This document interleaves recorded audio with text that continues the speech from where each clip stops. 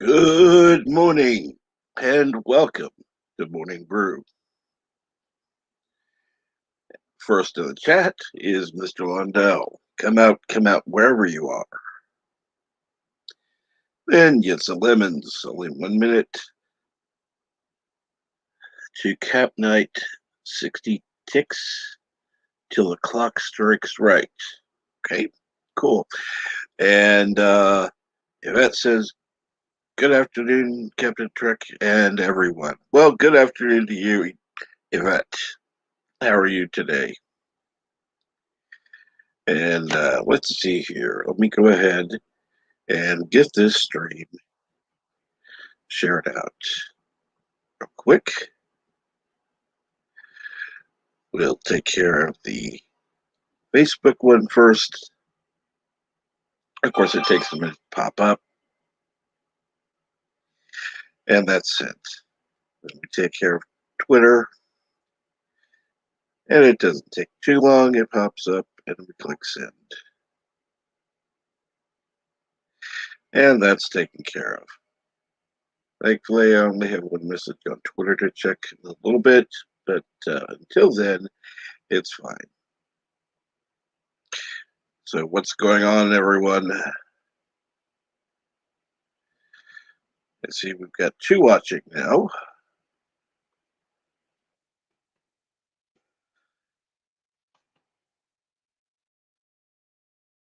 And considering that it is Saturday, May 8th, I'm not surprised. I'm sure everyone was up late listening to something, watching something, whatever.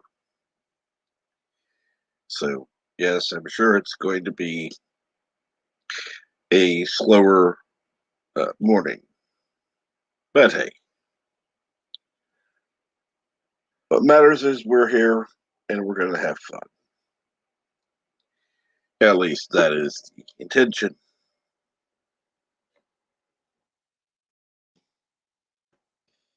And let's see here. Let me go ahead and get the link sent out because, well, why not?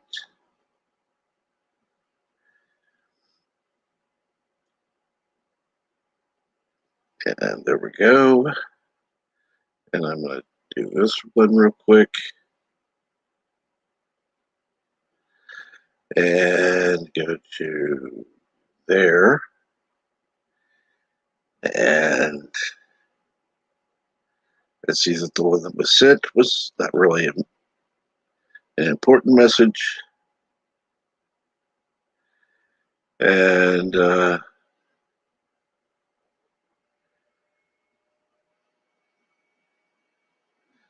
we go.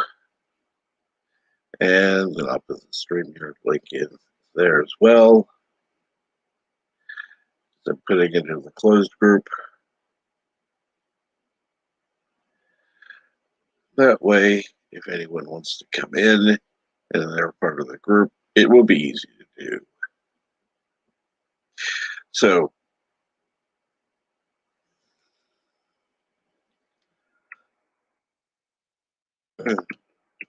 anyhow, let's see here. What's going on today? Honestly, I've been trying to finish up a video I'm working on. It's going to be probably controversial, so yeah, so be it. And let's see here. Let's see. And Mr. Lundell says we're here, not queer, and definitely not going shopping. Okay, not sure where that came from, but I don't see anything wrong with going shopping. And good morning or good afternoon, Yvette. Good morning. How are you? I'm okay. What's going on? A bit tired. Had a long night. Yeah, I'm okay. And JP says, hello, Jello. Hello, Jello. Yes, it's his way. Yeah. I didn't catch up with many people last night. Well, I was listening in on a few streams. Didn't really say much. Went to sleep. Well, that's good. I mean, you had a long day yesterday.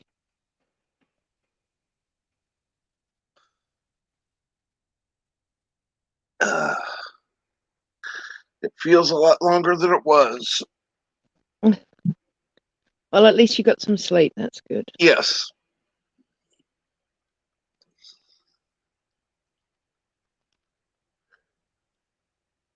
Yeah. I haven't got much to report. I did get stalked by a squirrel this morning. I had to go up the shop for milk because the milk was still frozen from yesterday. So I had to go and buy some. Yeah, and I wasn't going to take an ice pick to it, so Sorry. it's fine.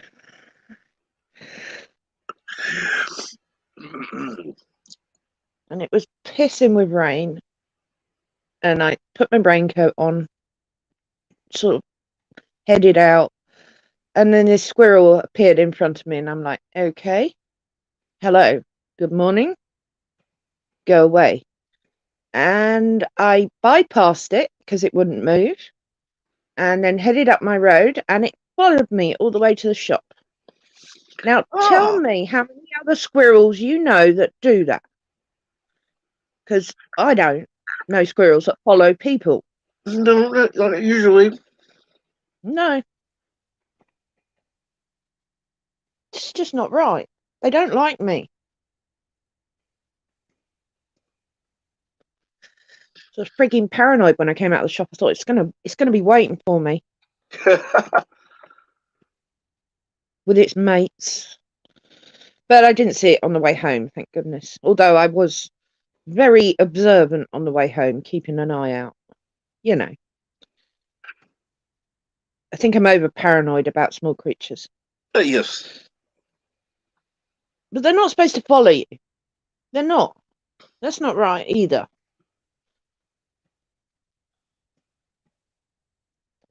Yeah, so I got some milk, got wet, watched some daft sodding movie in the Cosme in Chris's, and then made breakfast. Yeah. Oh, apart from that, the only news here, because obviously all the election results are coming in, which I'm not interested in. Our high-speed network of rail, and I put that in quotes because, as I said the other day, we haven't really got a high-speed network. The 800 series trains have all been taken off for inspection because of stress cracks that maybe they want to check for them. So they've taken them all off today and told everyone not to travel. Literally announced it this morning. Oh. It may have been last night. I was asleep when it may have broke, but that was top of the news when I got up here this morning. And no JPs. The squirrel was not trying to steal her milk. It was before she got it. Yes, it was before I got to the shop. It stalked me. And maybe it knew I came for milk. Mr. Londell says, he was transfixed by your beauty. Ah, you're so sweet, Mr. Londell. Thank you. I doubt it, though. They don't like me. And JP says, someone probably feeds that squirrel in the neighborhood, and he was just looking for a meal. Well, yeah, that's fine. But one, I've never seen him, and I walk very often, as you well know, Captain Trek. and go Yes. for a walk quite often. I'd Mm-hmm. never seen him before. In fact, I've never seen a squirrel in my area before. I usually see them in parks where they're supposed to live, Yes. not in frigging road and sitting on a brick wall staring at me. And besides, if I'd had food, I could understand it, but I had an empty rucksack to fill when I got to the shop with just my mask in it. So, you know, it wasn't like I was smelling of peanuts or anything. Mm-hmm. Like, I tend to wear Miss Dior or things like that as perfume, not peanut butter.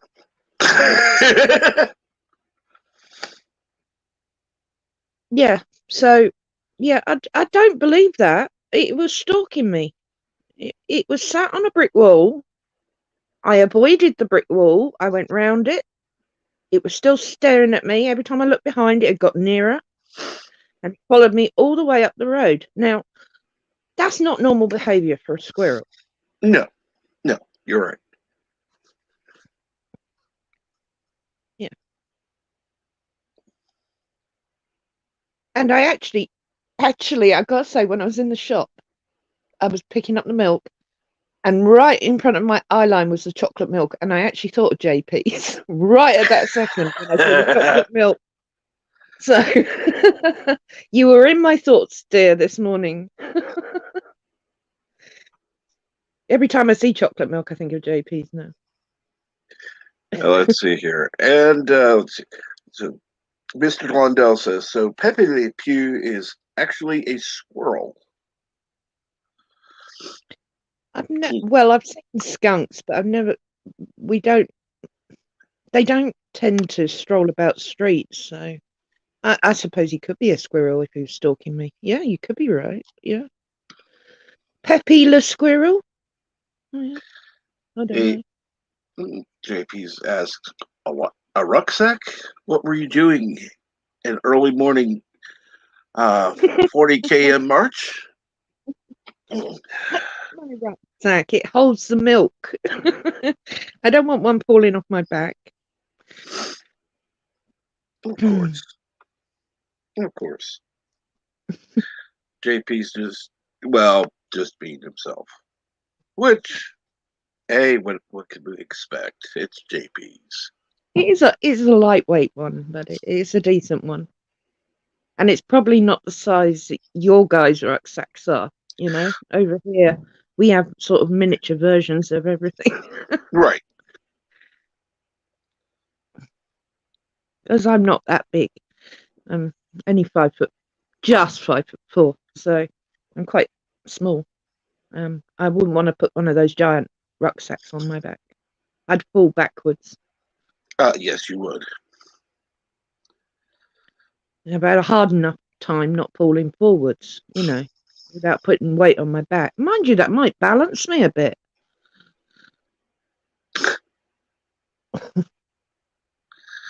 Oh, dear Lord.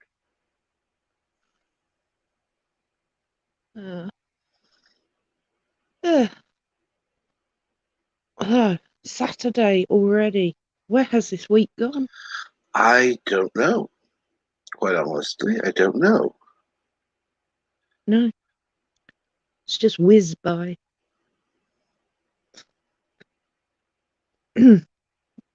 Excuse me. For what? I coughed. Oh, no big deal. I barely noticed. It's built in to apologise every time you do something. Go on, help it. Subconscious stuff. Oh yeah, you are British, so that's to be expected. Yes. It's not intentional.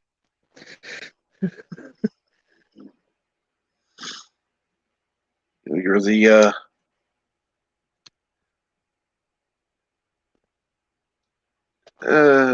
what do I say? European version of a Canadian. Well, I suppose I should take that as a compliment, as they're part of the family.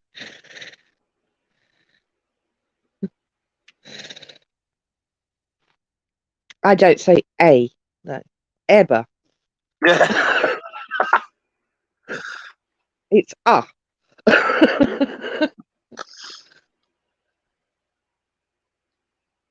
Well, nobody's perfect. No, no, absolutely not. No, I'm be a sure that. boring world if people were.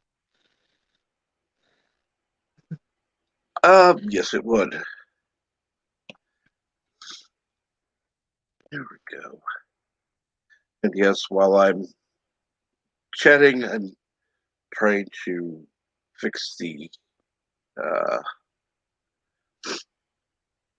a couple of things on the video since the chat Oh, was a little slow at the time. mm, Uh, and let's see here now. JP said, uh, well, well, yeah. here a rucksack is something they use in the military to haul their provisions. Yes, yes, that's what I was picturing describing your rucksacks as something And giant. yes, and Mr. Loudell says same here. Uh, oh, good look. JP's, you're asking for trouble. Yeah, well, he's probably right. And the random menace, I like squirrels. I am nuts. And I have nuts. I'm with a squirrel. Your cats would like it as well, Oh, Joseph. yes. And JP says, squirrels are too unpredictable. Tell me about it. And good afternoon, Random Menace. Good morning, JPs. And good morning, old media guy. What's going on? Oh, good morning, good And afternoon, and hey, Chief Cook. good morning, Chief Cook. Good afternoon, 47 Yorktown. I love it. Huh? More squirrels for Joseph. Oh, yes. And, ooh. Yeah, backpack. Yeah, yeah. All right. Well, yeah, backpack, rucksack, same thing here. They're smaller. You know that, Joseph. They're smaller here. And, of course, We're JP says, keeping him go up. get another pack of smokes. And old media guy. More squirrels for Joseph. One for each of the cats to play with.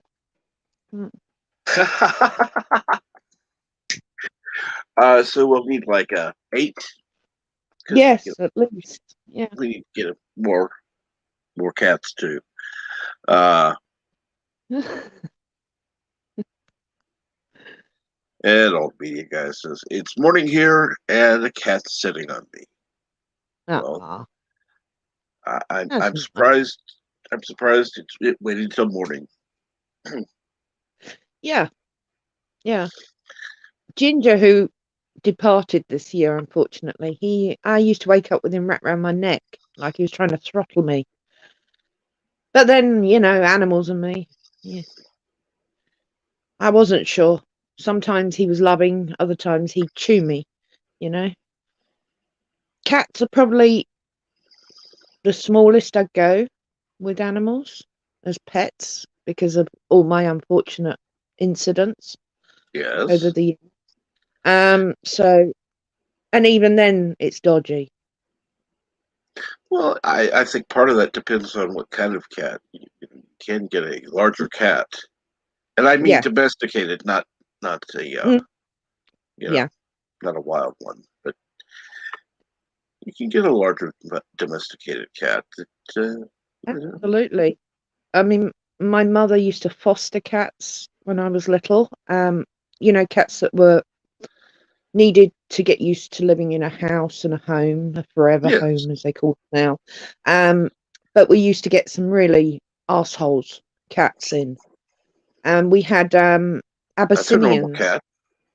Yeah, Abyssinians are the largest domestic cat, one of the largest there is. And Suki, the female, was 2 stone. She was huge. Yep. She lived to a ripe old age too. We ended up keeping her. Oh, I know. Yeah. But yeah, we had cats without tails, 3-legged cats, blind cat. They all went to really great homes once they'd had finished clawing us to death. of course. That's a cat for you. Yeah, absolutely. Yeah.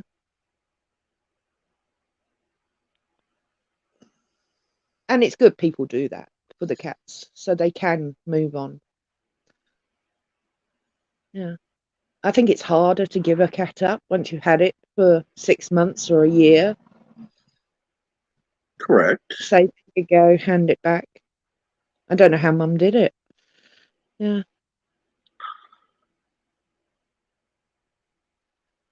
But obviously I was small then. So.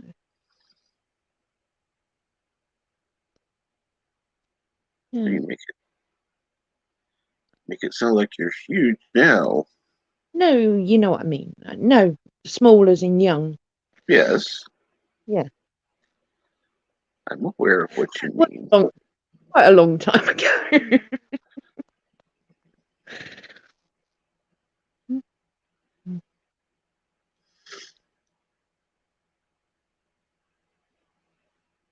Mm.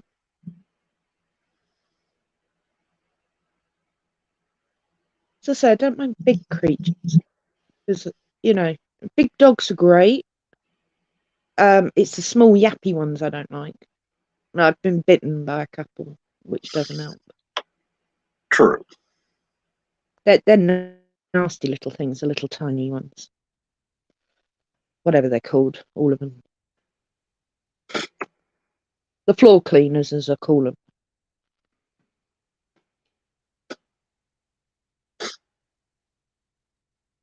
Oh, I like that.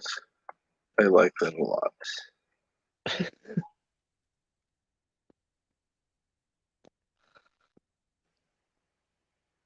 And let's see here now. Random Minute says at least one squirrel, but with 4 murdering cats, not a chance. Oh Yeah, no. We definitely need more so that there could be more chances for the squirrels to populate. that was the point. Give the cats a squirrel each to play with. Wife forces me to vacuum, listening while I work or while working. Oh, Excuse me. Uh-huh. Force. I don't believe that at all. I don't either. No. JP says, my cat has become old and lazy. She now just plops down anywhere on the floor to sleep. You know what? Oh. The cat sounds like you.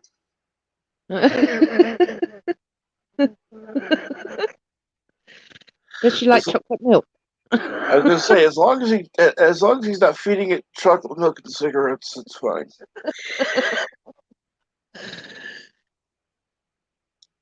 Uh, Probably likes the baby bells though. oh, true. All cats like cheese. Yvette says, in fact, Random Minute says, Yvette, surely foster homes and not Asian restaurants. Ugh, Oh, don't even get me started about that. I've never. been to places that eat cats and dogs, and it's off-putting. And I can, well, I can't 100% say I've never eaten one, but I'm pretty sure I haven't. And JP says, small yappy dogs resemble dusters with feet. So brew up their butt and use them for a mop on the floor. JP's? No. That's why I called them floor cleaners. I was being polite.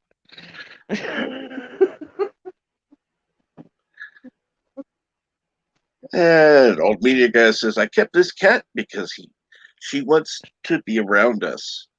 Well, yeah, Well, that would that's be obvious. yeah. And Mr. Lundell says, how do you feel about horse meat, Yvette?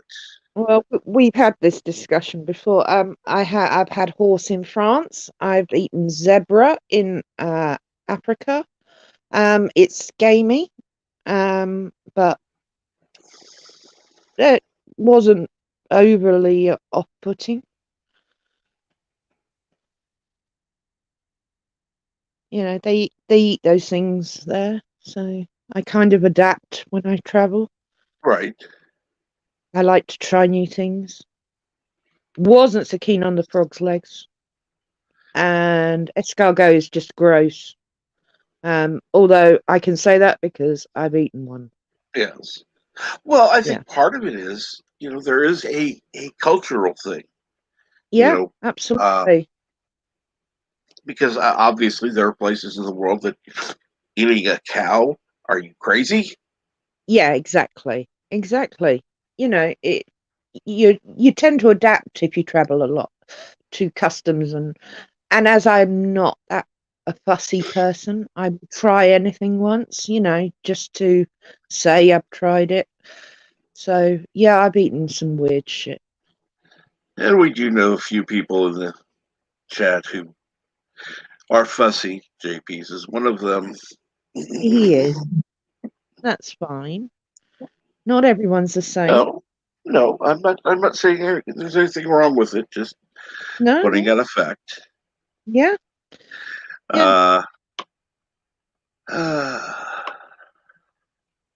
I find things curious and I like to try them. Even if I don't like it, at least I've tried it. It's one of those things that, I was always taught, don't say you don't like something until you've tried it, right. sort of attitude. So, yeah, I was about to say something and stop myself then. No, there was one time I looked at something. It's like this is absolutely disgusting, but looking and try it. It's wonderful. Blah, blah, blah. I'm like, oh, God, no, I don't want to try this. Okay, but I did. I, Yeah. I was polite. I took the smallest bit that I could to take a bite or two, Mm. and it was the most disgusting thing I'd ever tasted. Pretty much the judgment on food is usually right. I mean, well, I found anyway, even when I've been trying something that I wouldn't normally eat, occasionally I'm surprised. Um, However, mostly I'm not. Well, To be fair, have you ever heard of something called green bean casserole? three bean casserole, yes. No, green Oh, bean. hey, Yes. mm, well, I suppose it's made with green beans instead of. Well, no, no, I've It, never heard of it. okay. Basically, it's green beans, canned soup, um, like the onion things. Like I don't know, got onions in it, and it's baked, and it's when it comes out, it's slimy and rather nasty looking. Right, um, yeah, I don't like it. fair enough. Sounds okay. Anyone that if I'm not cooking it myself, I generally will eat it. You know. I mean, my sister absolutely loves the stuff. She makes it every time she comes over, and I always accidentally have other stuff on my plate before I get Yeah, to it yeah. and No. don't have room. And going back to the chat, the only reason the cat likes me is because she knows I come home with her food. Mm, Mr. well, Lundell says frog legs are delicious. Alligator tails are as well. Now, I've had crocodile. I haven't had alligator. Crocodile I found a bit tough, but it might have been the restaurant. That's possible. Overcooking it.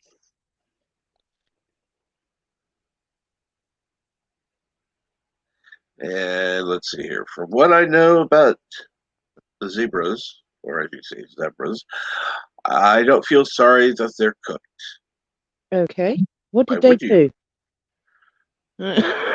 Why would you? JP says frog's legs are good. Yeah, just don't see the point in them. It's like pop it in your mouth, bit of chicken. It's worse than a wing. It's just pointless. Waste of energy. And JP says, fuck you for talking. Fuck you, talking about me being fussy. I am not fussy. Okay, if you say so. Random Menace. Escargot is okay. I like it. Horse steaks are magnificent. Kangaroo meat is like rabbit. Yeah, kangaroo is definitely very gamey. I've had kangaroo. And JP says, I have an evolved palate. Yeah. Rabbit stew is freaking great. That's good to hear. I'm not a fan of rabbit. Again, it's very gamey. Old media guy says, escargot is an excuse to eat garlic butter. No. You need the garlic butter to eat the escargot. The fucking snails. Seriously, And you wouldn't get them in your mouth otherwise. bread is an excuse to eat garlic butter, is what JP Yeah. says. Yeah. And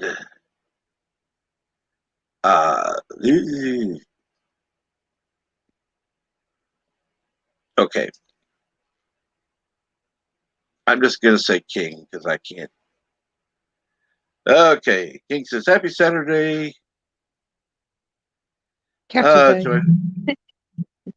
Saturday. To my favorite Star Trek fans. He says hi. And good morning, Tim Chris. Hope you slept well. And then we have somebody backstage. Surprise, surprise. It's Tim Crest. Hey, Tim. No, I didn't really sleep that good. I woke up at 4 a.m. I don't know why. Sorry to hear that. No, that's all right. Work.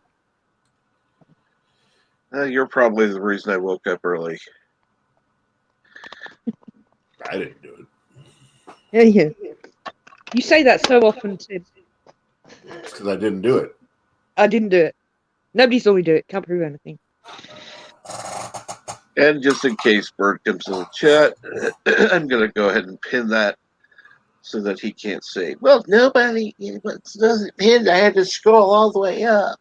You don't want scrolling. It's just painful. Yes. I had to scroll up, but I don't care as long as I find it. Yeah. Bird made an issue out of it the other day. He had to scroll. It was hard work. So we try and avoid him moaning. Yeah. And yes, JP's, it's Bunny Christ. Yay. Buddy. Got any new models, Tim? Oh, yes. Actually, I'm getting ready to get some gumption to paint some parts. But I'm afraid to start because I'm afraid I might have to go out and buy more paint.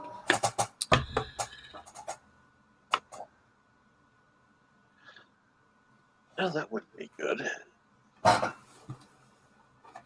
So what models are they? Sorry. It's got a really goofy name. It's called the Gundam GP Raise 210. Yeah. It was sitting on the shelf. That's why I bought it. My store's been kind of lax in getting models lately, and had the hankering to build something, so I was like, oh, I'll buy it. So, I'm sorry, what were you going to say, Yvette? Gundam? Is that not what they call the dance they get Deej to do? Oh, shit. That's my alarm clock. Get that off. Sorry about that. Oh, shoot. I'll be back. Okay. Yvette, No, I just reminded Trek of something. 6:35 alarm. Sorry about that. Don't worry about it. You're echoing, by the way. I'm echoing? I heard myself then. Oh, yeah, well, I Now- don't have my headphones on right now. So I got stalked by a squirrel this morning, Tim. You got stopped by a squirrel? I did. On the way to the shop to get milk. It followed me all the way up the road. Sounds It's like not you're normal behaviour. Oh, stalked. I thought you said stopped. Oh. I'm like, Okay. how did the squirrel stop you? No. Well, it stopped me in my tracks when it was in front of me. I walked round it, and then it followed me. Are you going to have issues with squirrels now along with puppets, or what's... Already had issues with squirrels. Many years. They just hide in trees and make squawking noises. Well, they probably do for most people. The one I met bit my little finger off nearly. What? Why? How did it get close? Usually they run away. Well, we were feeding them at the park, and they're quite tame there. My brother-in-law and I both had a handful of peanuts, and the squirrel came down, ate my brother-in-law's peanuts out of his hand, moved on to my hand that was full of peanuts, and decided my little finger looked tastier and sunk its teeth down to the bone. Oh, jeez. So I'm very wary of them now. You just got a lot of scars you got to deal with. I know. Being tortured by little creatures all my life. And You okay? JP says, yeah, paint isn't cheap like it used to be. Yeah, right. And yes, JP's, you knew exactly what it was. Pill Bill's time. time. Yes. Yeah. The funny thing is, I have my alarm set in the morning. I'm usually awake several minutes before the alarm. I have it set, though, to go off, number one, in case I oversleep, which rarely happens. Yeah. And number two, so that I will take my medicine. Well, I turned it off because I was up an hour early today. Oh. And I thought, Thankfully, I'll remember. Yes. Yeah. Mine went off easy enough. Yeah. Yeah, mine goes off at 6:30 every day. Just to make sure I don't oversleep, which I don't really oversleep anyways. But, you know.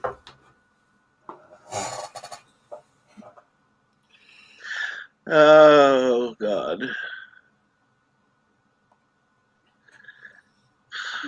Did I show you guys my last model that I was working on Tuesday?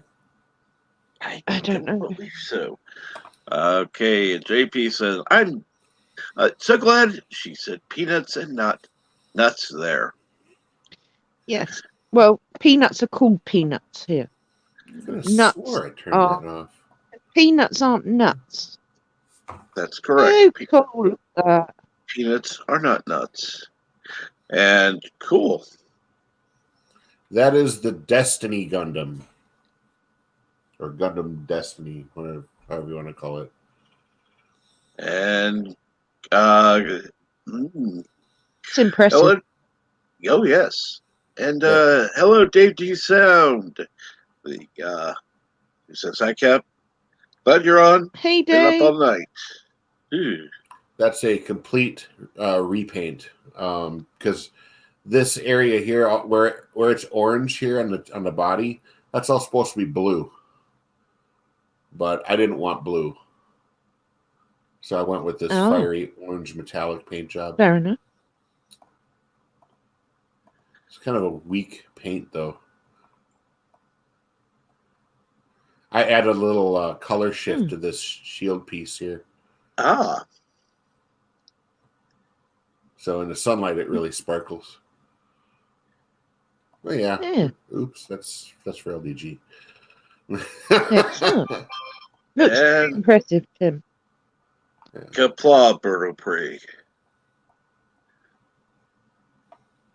Me guy says Kapla. Good morning, bird. Prey. Well, yes, good morning, bird. What's going on today? I'm gonna put those pictures away. Back to the anime. Just my desktop, jeez. And I even squelched it down to just 2 pictures. It's fine. I've got Dean Winchester on mine. But I'm not on my desktop. So And now we're watching Tim's desktop because, yeah. Fortunately, I have it small, so I can't really see much of anything. I'm still it's on my up. phone. I can't see. Oh, no. Yeah. Excuse me. Oh.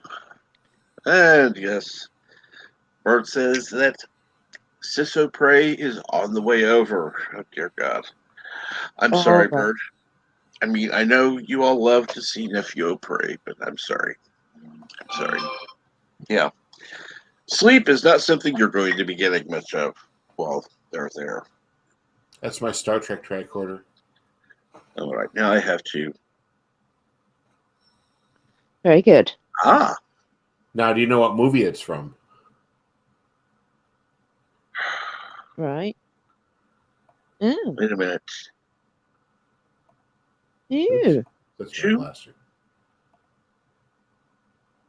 Nope, not 2. Wait a minute. You remodeled it. Well, originally, this was a 3D print that somebody's made and sold online on eBay. I just bought it, and I painted it and added electronics to it.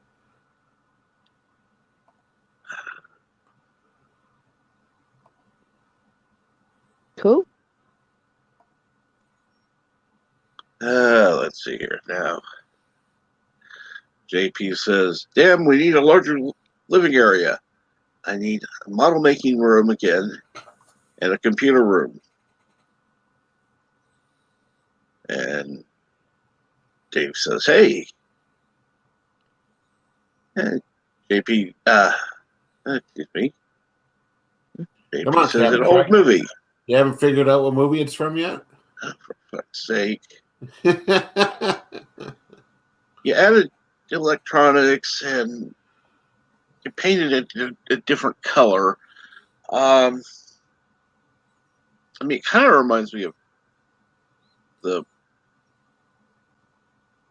no.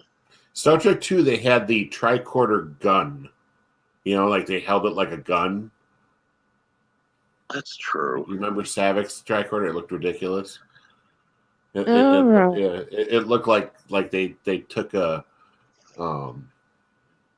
like a dust buster and made a tricorder out of it or something. It's really strange. And JP says he misses Yes, I remember that. airbrushing. For fuck's sake. I'll give you a clue. Okay. I'll quote George Takei. Planet core readings unstable, changing rapidly. 3. There you go. And technically, this style was also used in Star Trek V. When they stormed the Nimbus 3 compound, Yeah, Spock they was holding the brown ones with the tricorder. way. Oh, that was. It was the same style, but the electronics were different. They were like little LED bar lights that flashed up and down and stuff. So it had a different screen on it and stuff. It had a different face. Otherwise, it was the same style tricorder.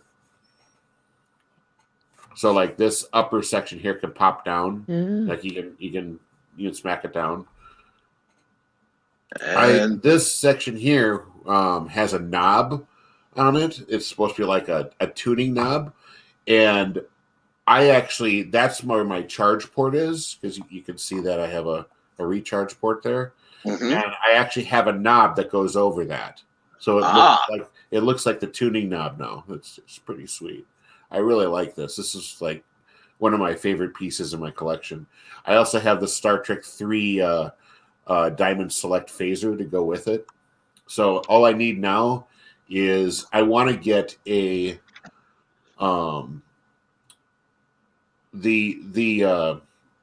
they call it a bomber jacket, but it really isn't a bomber jacket. It's just the away team jacket from Star Trek 2 and 3.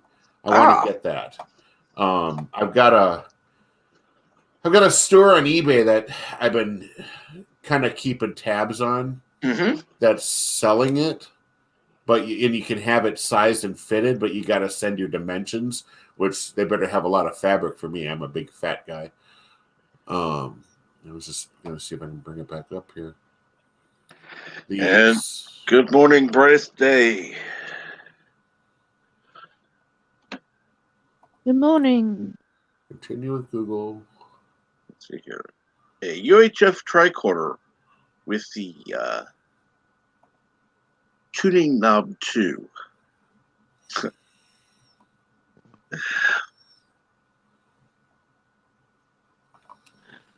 There we go. I don't know if it's my internet, guys, but you guys are fading in and out. That would probably be your internet. Probably. Oh, one of those. Yeah. It could So it's not yeah. totally the right color, but I think it's close enough. I think this looks fantastic, for what it is. Now according to the sales site, it comes with the pants and the coat. I just want the coat. I could give two craps about the pants. I could just wear black jeans. And I've got rank pins. I've got the Star Trek insignia. I don't need any of that stuff. I already have all of that. I just need the coat. I just want the coat. And then I'd have the tricorder and everything else. And I'd be set. And I'd wear that to like the next convention I go to. So you wouldn't be wearing it into work? No, I wouldn't be wearing it. I don't make Subway sandwiches in that heavy thing. Fuck that. Are you kidding me? I first couple Halloweens, my boss is like, "Hey Tim, wear your Jedi outfit." I'm like, no, why not? And this is at the time. The Jedi outfit I had was this full-length cotton robe. It was a monk's robe. There's no way I'm going to wear that while working.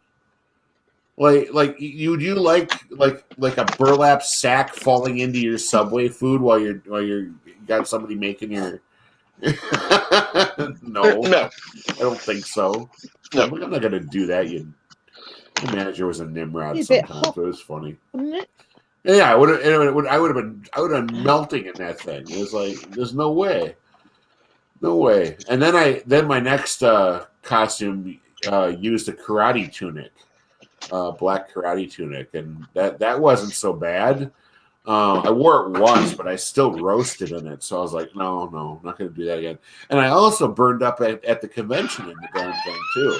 Oh yeah, it was. I mean, we were holding our local conventions at the community center in our town, the lacrosse center, and they didn't. I don't know if they just didn't believe in turning the air conditioning up or what, but it was terribly hot, and I wore that 2 years in a row, and I would have to like take off the karate tunic off just to cool down. So I was like taking the costume off halfway through because I was also wearing like arm guards and leg guards and stuff, and I had a big mask, and it was awful. Actually, oh, I like your answer, Dave. I'd wear that to the next wedding I have to attend. or you don't know who the hell it is, but you have to attend, yeah, yes, I would. And Okay. I believe you, Dave. I honestly do. So there's me right there with the lit lightsaber, and yeah, all that get up, man. Was I also had a cloak that I wasn't wearing at the time, but yeah, that was tough. This is when the 501st visited our convention, and it was actually my idea to get him over there. So like the stormtrooper guy, that little kid in the biker scout, and this guy here in the Imperial Engineer outfit, man. These are all 501st members, and they showed up and walked and toured our convention. They were awesome guys.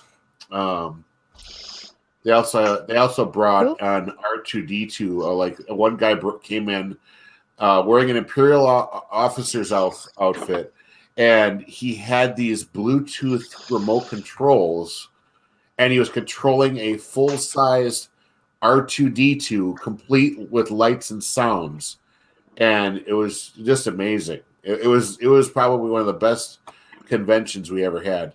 Then I switched to my my Fallout outfit, which this was a lot cooler to wear. This was a much better outfit to wear. That big old suit could breathe. So yeah, I don't know if I've got. You almost look like you could be a Ghostbuster in that. I wonder if yeah, I know I could change it, except for the big 101 on the back. Oh, that could be covered. Do I have? Oh, I do have the R2. Okay. All right. Why is it sideways? That's disorienting. Can I flip it? I don't know if I can flip it.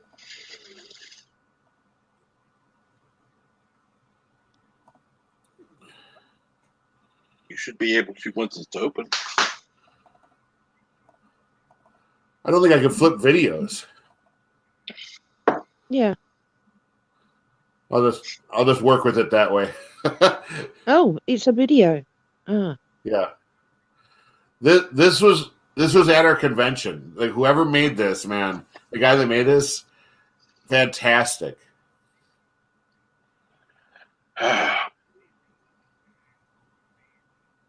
Yeah. Very clever. Oh, I hope they had insurance. Oh yeah, he rolled it right into the convention. Yeah, they had elevators too. And let's see here. JP says, "You see the problem with cosplay. This is the guy. This is the guy that was controlling the R2. The problem with cosplay, most of the time the outfits are far too hot, and you can't really enjoy them." The funny thing is, I asked the guy what his name, rank, and serial number was, and he actually gave it to me. So these guys, like, they take the cosplay to the extreme. It's pretty funny. They practically role play it. It's pretty good. Oh, that's something else. Why are all my pictures sideways? It's probably because it's my phone. Yeah, we followed those 501st around for quite a bit. Yeah, you make me seasick, Tim. Yeah, I know. God, like all my videos are freaking sideways. First of all, you need a stabilizer for your phone.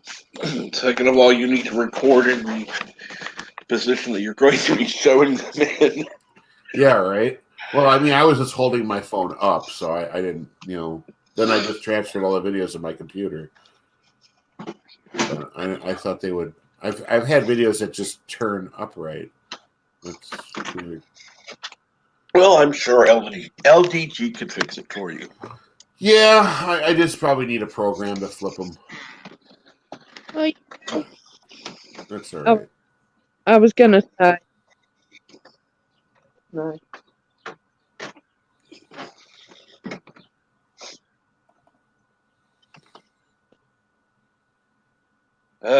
Let's see here now.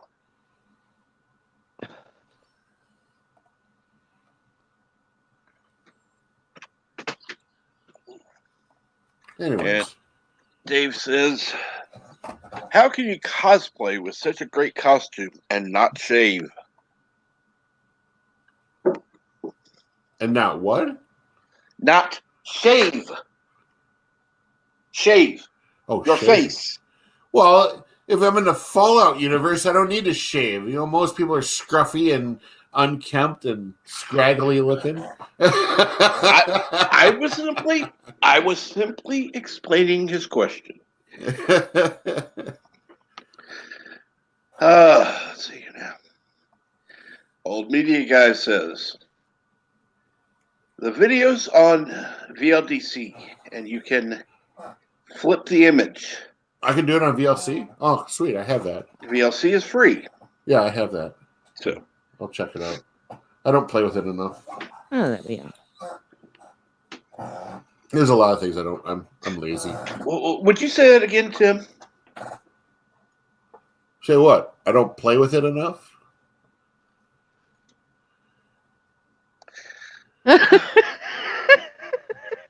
Really? You're gonna go there? You're gonna go down to my level, really, Captain Track? I mean, as much as you complain about me being dirty and just, obnoxious, you're gonna stoop to my level of humor. Never complain about it again when it comes out of my mouth. Yeah, we go there most mornings. Oh, I know. And thank you. Oh, and coincidentally, say hello to my package. LBG says morning. And he's got it. Of course he's got it. Morning, honey. It was an Imperial officer. And then, yes, LBG says he's got it. So, thank you.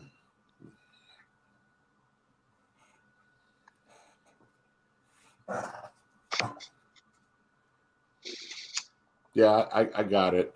Right there, LDG. Just remember, lobster on the door.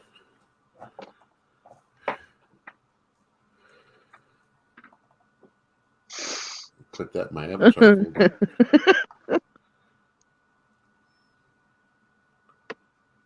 Wait, what folder did I open? Oh, that's my He would gifts. be That's my gifts folder. I don't want to do that. Phantom zoning you right now, Tim. Yeah, I'm not in his backstage, so you can't Phantom Zone shit. That's correct. But he'll save it for later, just guaranteed. Yeah.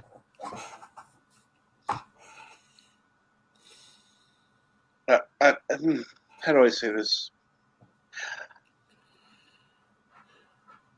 It's kind of cute, but at the same time, it looks like she's wearing Halloween decorations. You talking about the girl in the picture? Yes. That's a character from a game, and I can't remember what game it was from.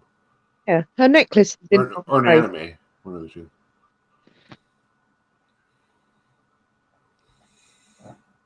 Yeah. Good picture.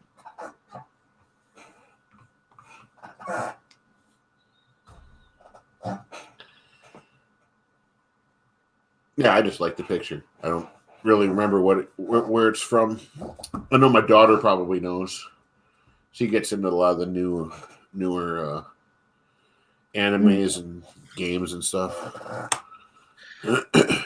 And JP says, looks like her eyes are too damn big.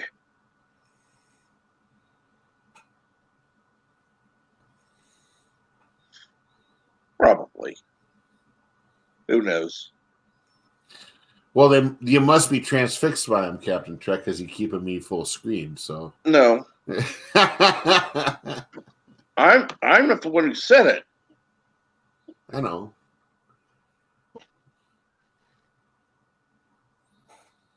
There it is.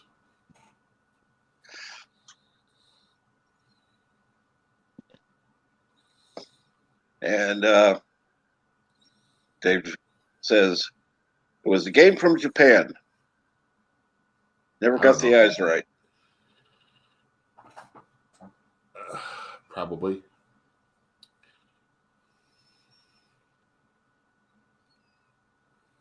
Okay, that's weird. You've now stabilized. Now you've put Tim back in a box. Cool. I don't mind being in a box. All the time you had him big, I was losing you. That's odd. It's probably... I don't know why. I have no idea. It's normally okay. That's It's your weird. fault, Tim. Why is it my fault? What do I do? I don't know. I can blame you. So if I went to that, does it get better? Yes, it does. It's weird. It's my mic. It must be my Wi-Fi. That's strange. I can hear you clearly now. I can hear clearly now. Oh wait, that's different. Yes, you are. Yes, you are, Tim. Oh. And Dave says, you're in a circle in a box. You bet. Oh, no. I'm sorry. I'm on my phone.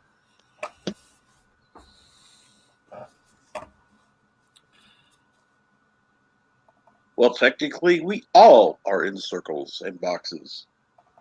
So, yes.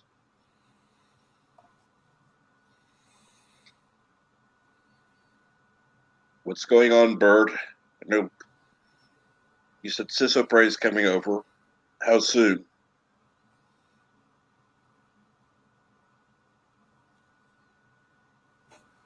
Unless, of course, he's taking a nap.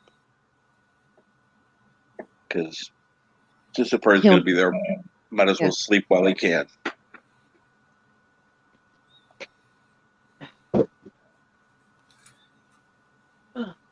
Can't sleep with her around because she might throw things at him.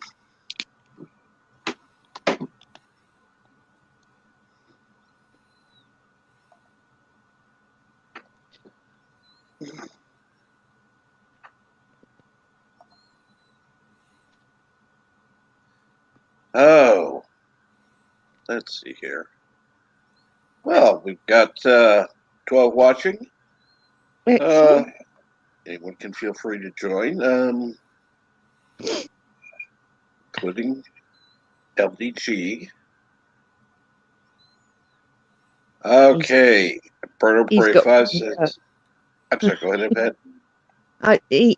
He's got some work, I think, he's doing on his system. Yes, I know he had to restore it yesterday.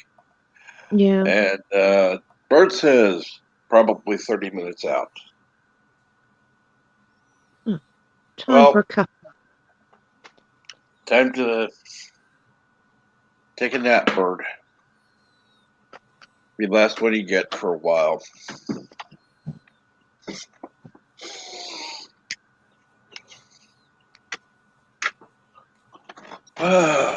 And I don't remember what's the movie today. I'm sure I can go to BertoPrey5.com and figure it out. I'm too damn lazy.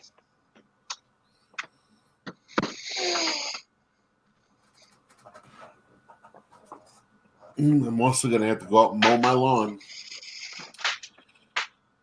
Gotta trim the wheat field.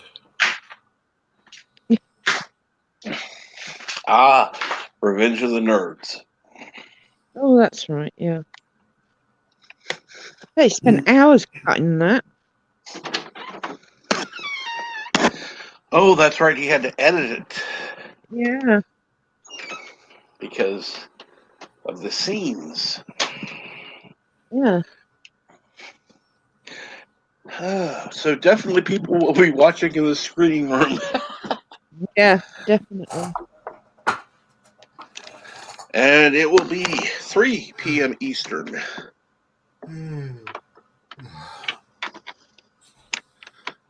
Which will definitely be better for Yosef.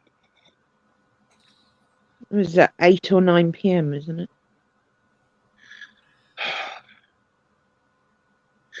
I believe 8. Yeah, 5 or 6 hours, depending on what part of America. I know it's. Let's see here. And so Joseph would be 9 or 10. It's let's see here. It is 1 p.m. now, where you're at. Yep. So at 6 or 7, excuse me, 7:05 a.m. here. So 8:05 there. 8, 9, 10, 11, 12. 5 hours from now. So so it'd be 6 p.m. your time, 7 p.m. Oh, his time. cool.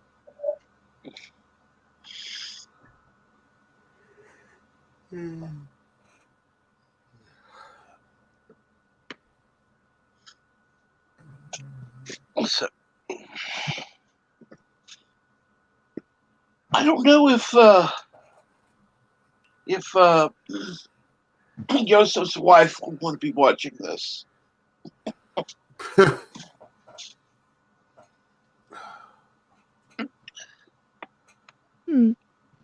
Depends if you're into those sort of movies or not.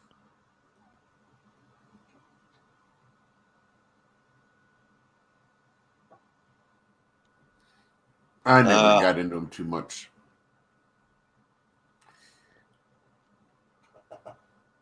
Okay, wait a minute. Why would I use it? Why would I use Google for the translation when I basically already know the time? And good morning, Dave. Good morning, Captain. Good morning, Yvette. And hello, Tim. Good morning Hello. to you as well. Hello. So, how are you this morning? Okay. My arm hurts. Wah. Oh, you've had the jab. Yeah, I got shanked by the pharmacist, as you would say, the chemist over there. Yeah. Yeah, the other day. Oh. I have to admit, it was my first shot, and I actually did feel a small reaction. Just a little weirdness, like you could tell something was going on, but not a big deal. Not a big deal. Oh, You haven't that's good. grown your third arm out of your forehead yet, or anything like that? No, No. not yet. Waiting, but not yet. I will let you know. Typically, the second one is worse. Oh, I know that. Oh, I've done the research. My wife just, you know this, she just had the second one. She's having, so far, very little reaction. Oh, that's good. Yeah, That is great I to talked hear. to you about this the other day. Yep. And Yeah. she's not, you know, she's feeling, you know, like basically fever symptoms, but she doesn't have a fever. But it's like, you know, like clothes hurt on her skin and things like that. But and that's what I've heard about from everybody. And it goes away in a day or two. So Yeah. everything's Yeah. standard there. So clothes hurt on your skin. So it's a nudist drug. Yeah, absolutely a nudist drug. I don't know why you didn't know that. Had you not done the research on AstraZeneca, they're a nudist company, man. I mean, come on, get over it. There's nothing wrong with being nude. It's nice when it's warm out. It's That natural. explains the fireman that gave me the shot was naked, man. That explains a lot. Well, us firemen like to. Never mind. Well, firemen like holes. Well, you said I'm sorry. You said you got it in your bum. No. I've had many You did? shots in my arm. No, I had Okay. that in my arm. Okay. Well, I know because it was weird. Everybody like they got everybody together in a group and said, "Okay, we're gonna wait and wait and wait and wait," and then everybody that was signed up for that appointment Bent over. They Yeah. like no, no. They were like okay, he wants to go first, and nobody. I'm like, all right, let's do it, no problem, simple as that. Bam, shunk needle. People were like shaking and stuff. People were like terrified. I'm like, it's a damn needle. It's not like a hatchet. It's a needle. You know? I mean, yeah, your arm's gonna hurt. People are like, oh, why is my arm gonna hurt? Because a big long piece of steel or whatever is gonna aluminum maybe is going to be That's really jabbed through your muscle tissue, and it's going to cause pain. Yeah, it's gonna hurt. Why would you be surprised about that? You know. Remember Armageddon when they were Armageddon when they were they're doing the shots and the big guy's like, you stick me with that, I'll stab you in the heart with it. Yeah.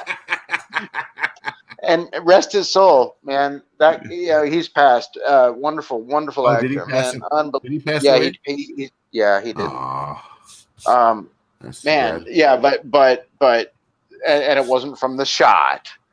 But No. damn, well, yeah, that was a great scene too. You stab me with that, I'll stab. I hated that movie when I first saw it, and after watching it again, I think I watched it. The last time I watched it was on Birdstream, and I was like, man, I guess it's a movie that ages well when you see it. A few years down the road, it's like, that wasn't so bad. Yvette, I mean, because love I just hated it. I it. hated it. I hated everything about it. I thought it was fake acting. It was fake physics and stuff. And I just Well, wasn't able to relax enough. And then a few years later, like what has it been? Like 15? It's like, oh, yeah, it's a good movie. It's a fun movie. You thought Armageddon was fake acting? Oh yeah, it was. It was Oh, great. I actually thought it was good. I thought Deep Impact was the worst of the two movies. Oh, no. That one. I watched that one once and was like, never again. Yeah, I mean, I like the special effects of Deep Impact versus Armageddon, but Yeah, but Deep Impact. I mean, like really, like the comet's gonna hit right in the ocean, right outside of DC, and you're gonna run up a hill and be safe. yeah, right. That was stupid, man. That was dumb. People with motorbikes got swept up, but you and your girlfriend can run up the hill, no problem. And DC's flooded. Guess what? It will do that by itself. I could look at the Capitol if I stood on my roof, which I can't because it's pointed, but I could see the Capitol. I can see the cathedral. I can see Washington Monument, all that crap. Man, a 10-mile high wave might get a few feet of water up the river. It's not going to be like that. It would never be like that. And plus, even I live on a hill higher than DC, so fuck them. Who builds a giant megalith? What do they call them for real? The Egyptian. It's a name for them. No, it's a monolith. Obelisk. Obelisk. The obelisk. Thank you, Yvette. Yes, a giant obelisk on muddy water, and says, "This is a good idea." I mean, they're constantly. I don't understand how it stays up. I mean, even when I was a kid, in the 70s, they were showing like little animated shows about ways to like right the Washington Monument, like helicopters with ropes and stuff like that. That was in the 70s. They already knew it was sinking. So, I don't know. Great idea, guys. Keep it up. Here's some money.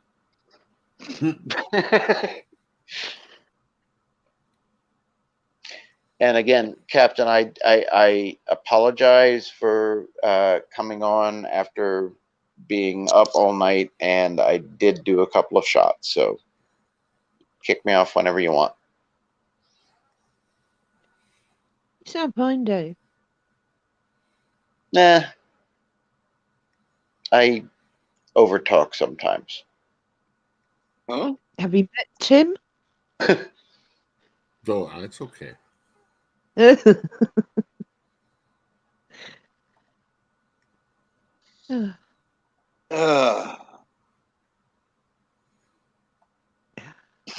Yeah, all movies are fake acting, Mr. Lundo.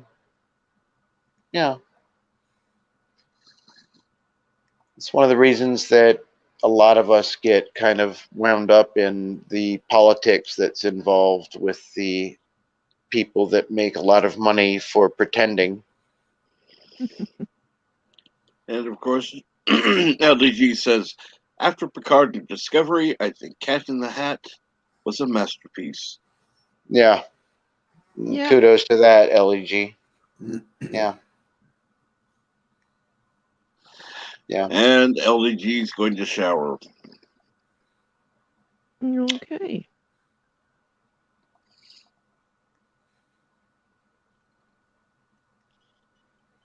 Not sure why people feel the need to say they're going to shower, but okay.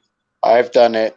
Yeah, a lot of people tell you, What do you Captain. got? I have What do you I've got done it. against showers? I've said, hey, Captain man, Jack? I got to remember what I always say. It's like, hey, man, I'm going to listen to you guys in the shower, but don't say anything freaky or weird.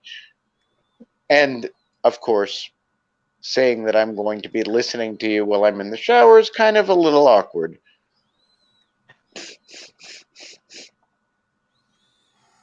I've got used to it. Well, at least he's not on the panel, and we're not listening and or watching.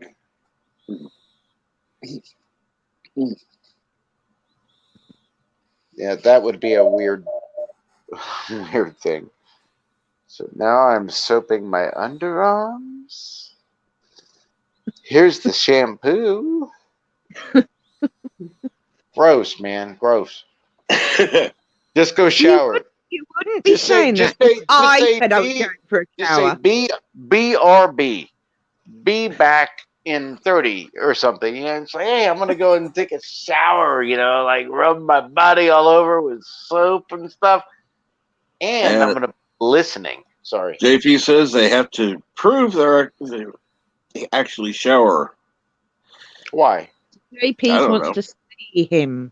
And can't listen. The audio doesn't reach.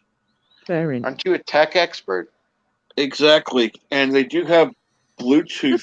I mean, I've got one of those. It was like $20.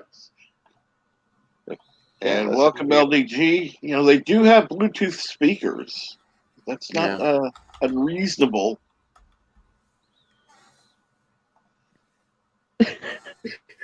I said I took a shower, not going to take a shower, and the audio doesn't reach across the room like that, across the house. So I can't hear you guys. Bluetooth. I'm not like some people who like bring their radio in the shower with them. Yeah, I don't do that. That's too creepy. I mean, you could be listening to music. Not necessarily this show. But normally just let the super hot water freaking just, do its job. And then turn it to super cold before I get out. So no time for listening. And the sound of the water is soothing by itself.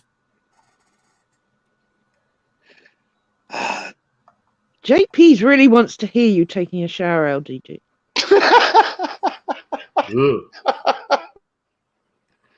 That really is creepy. Really Bluetooth, creepy. just another form of portable cancer. Oh, man.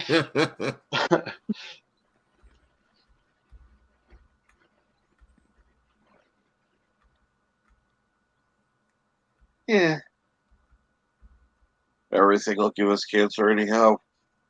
I find it. Yeah, but no rush though. Well, if you live in California, it's pretty much written into law that you're going to get cancer. And let's see here. Bird says there's no super cold tap water in Florida. Really? It gets pretty cold. I mean, it's not like ice cold, but it's cold, chilly cold. Well, what do you mean by super cold, though, Bird? Exactly. He's not saying it's like is it cool or cold? Like if I was really hot, regular tap water would be fine. You know? Exactly. Yeah, I remember New Hampshire during the winter. It used to get really cold. Somebody does not have headphones on or something. I have mine on now. Okay, I'm not hearing the echo anymore. Thank God. I have to unmute to talk, so I'll try not to unmute when you guys are talking. I don't have my headphones on yet. That would be why. And yes, God damn it, LDG. hot water versus regular water. The regular water would feel cold in comparison.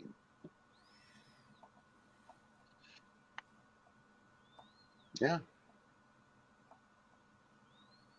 So if you have it at 90, But also, I mean, Pacific Ocean is supposedly a lot cooler. I mean, you might have like, I don't know, like you see California beaches and everything, and like in the movies, TV shows, etc. I've never been there personally, but it looks like gorgeous, right? But there's like sea kelp, and apparently, from what I've heard from surfers, is the water's fucking cold as shit. In the Atlantic, the water's green; you can't see through it. In the Caribbean, you can; it's crystal clear. But in the Atlantic, it's like, it's green, but the water's warm; it's comfortable. Not our end, isn't. Where? England. The Atlantic reaches here, and it's freezing. No, I know.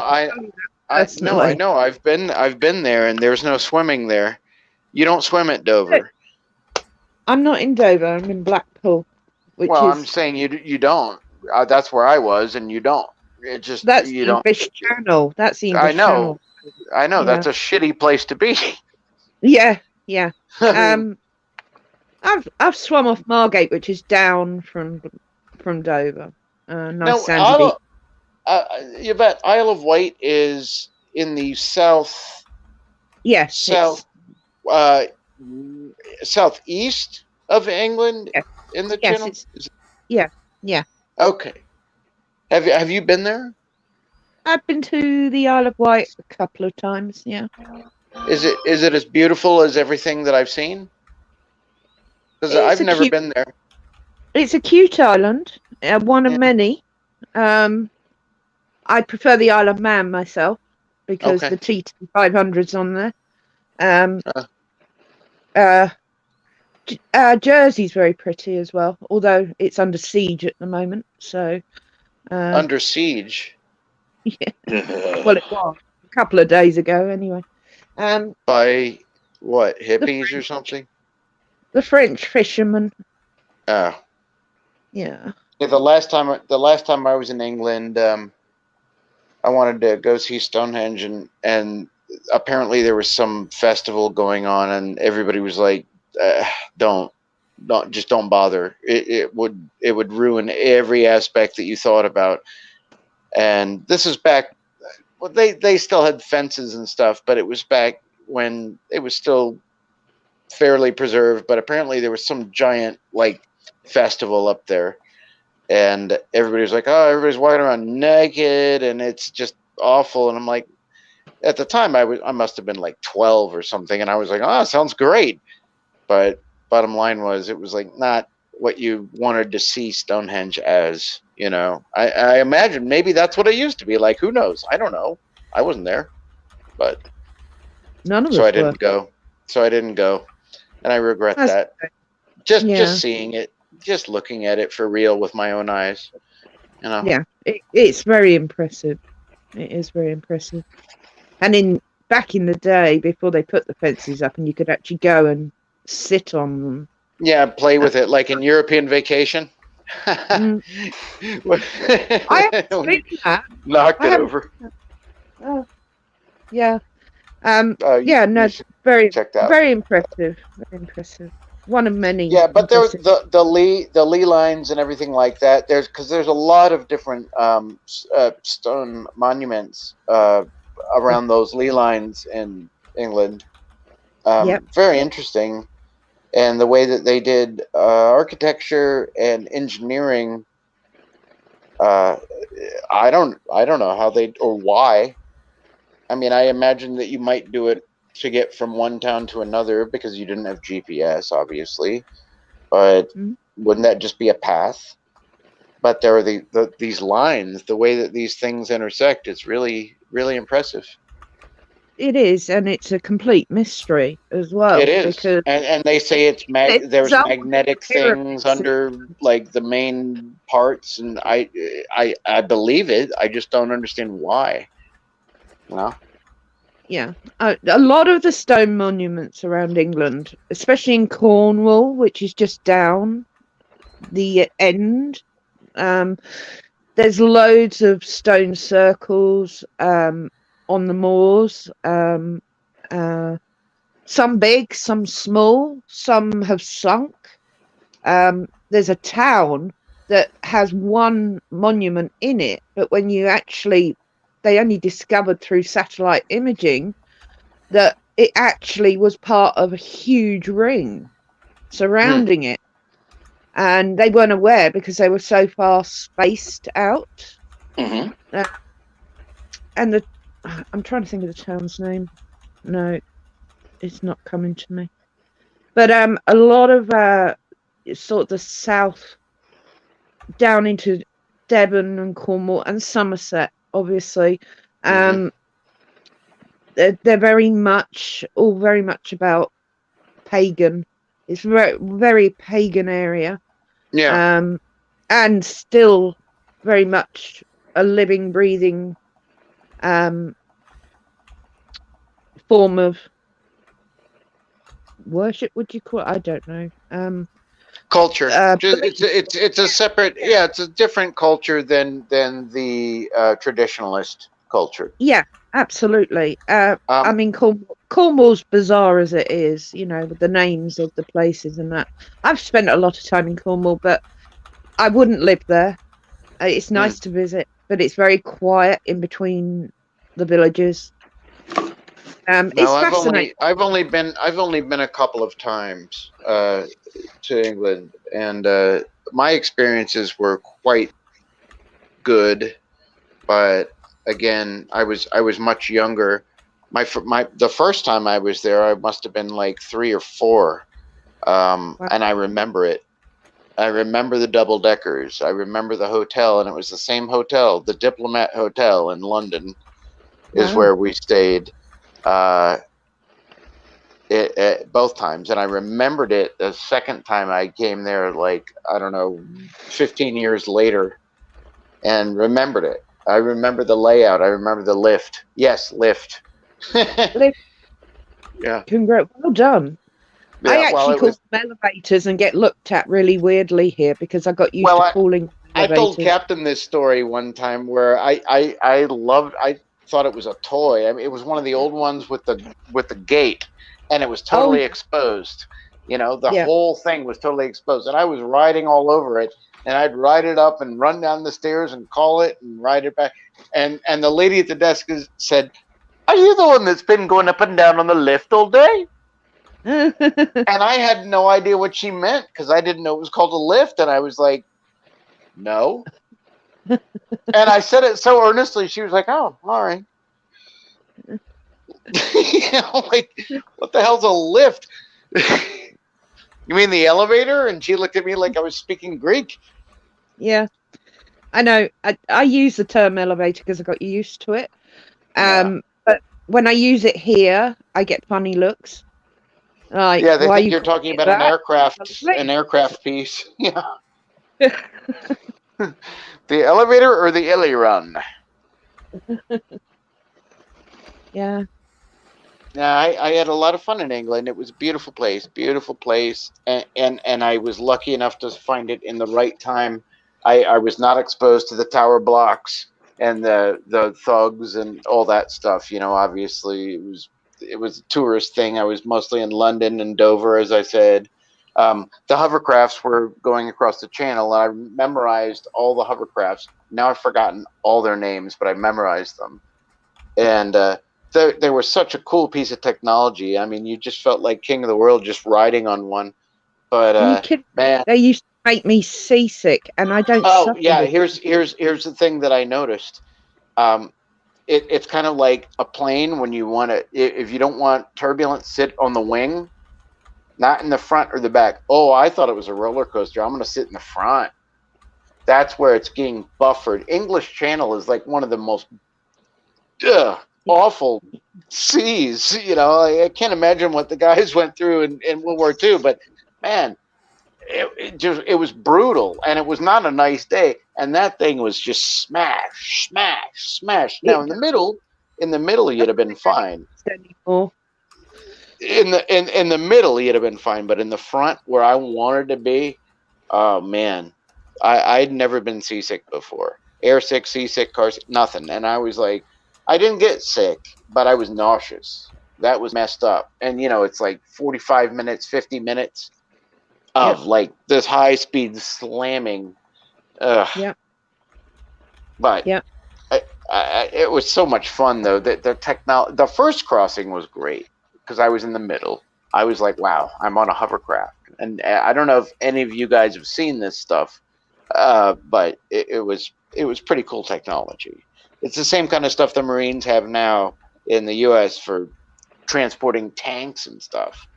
I mean, it's really amazing stuff, but a lot of fun floating on a thing of air, even though the waves hit you. Yeah, they do. Oh yeah, they did. Anyway, I'm done. Again, sorry, Captain. When I get on here, I start talking about England. I return the bring floor it out everyone, captain. Dave. Don't worry. Anyway, Captain. It's okay. Are you there, Captain? Yes, ma'am. I'm gonna have to retreat. Is Yvette getting tired? Yeah. Well, very. that and she has things that she needs to do. I do. But it's been an absolute pleasure, and thank you for having me. Hey, Tim, Yvette, what are you gonna cook? What are you gonna cook? What am I cooking? What am I? Oh, I'm doing bacon, eggs, and beans tonight. Yeah, fry up. A fry up. Fry up. Sounds good. Yeah. Well, bacon, fried eggs, baked beans. Whatever reason, why are baked beans a big deal there? I have no idea. I don't know. They just always have been. Not a clue. But sausage, beans, and chips was a staple diet when I was a child. If that helps. Or fingers, beans, and chips. It was something everyone had, even at school. So, yeah. There you go. Right out of a Carry On film. Carry On Abroad. Sausage, beans, and chippins. Bangers and mash. Yeah. Well, that's a classic. Bangers and mash. Yeah. Well, I have my British friend likes to have oh crap, what did she call them? God damn it.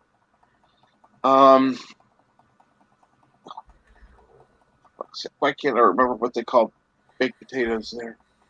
Oh, jacket potatoes. Jacket potatoes. Yeah. With baked beans. Yeah. Cheese and beans is a favourite, actually. Mm-hmm. Sprinkled cheddar cheese over the baked beans. Let it melt naturally. Sounds good. Yum. Yeah, it is very nice. Coleslaw's another favourite on top of a jacket potato. What? Coleslaw. Coleslaw? Yeah. Coleslaw? Yeah. This is starting to sound like American 4th of July food, actually. Yeah. Is it? Yeah. Oh, yeah. I'm a fan of coleslaw, so. Cool. Coleslaw, potato salad, coleslaw, sausages, i.e. hot dogs, beef, i.e. burgers. Well, coleslaw and a jacket potato. Jacket potatoes are done in the oven, so they're really crispy and fluffy on the inside. Lashings of butter, you put knife slits in them, So it melts into the potato, and then you either dollop the beans and cheese on top, or the coleslaw, if that helps. Because I know they're done different ways depending on where you are. Yvette, in the U.S., there are families that fight bloody fights over whose potato salad is better. Oh, Yeah. If there's Right. if there's a potluck, you know what a potluck is, where everybody brings something, and people bring potato salads, and you'll Yeah. just see best friends stare each other down with hate, just going, "I know people are gonna like mine better." That I'm and not chili. kidding. It's like, yeah, and chili. Yep. And also, you might as well throw in barbecue. You know, like wow. ribs and stuff like that. These are things like the recipes and the toppings, you know, that make the recipe. Man, Mhm. people go. They have like mob wars over it. It's like, it's crazy, especially potato salad though. Oh no, my grandma makes the best potato salad. No, My no, mom I makes the will, best potato. Oh I yeah, will I totally make the make best. the best potato I can salad. tell you this. Fine. I can tell you this much. Potato salad is potato salad. Most of it I can deal with. Some of it's great, some of it's not. One thing I don't usually care for is coleslaw. Fair enough.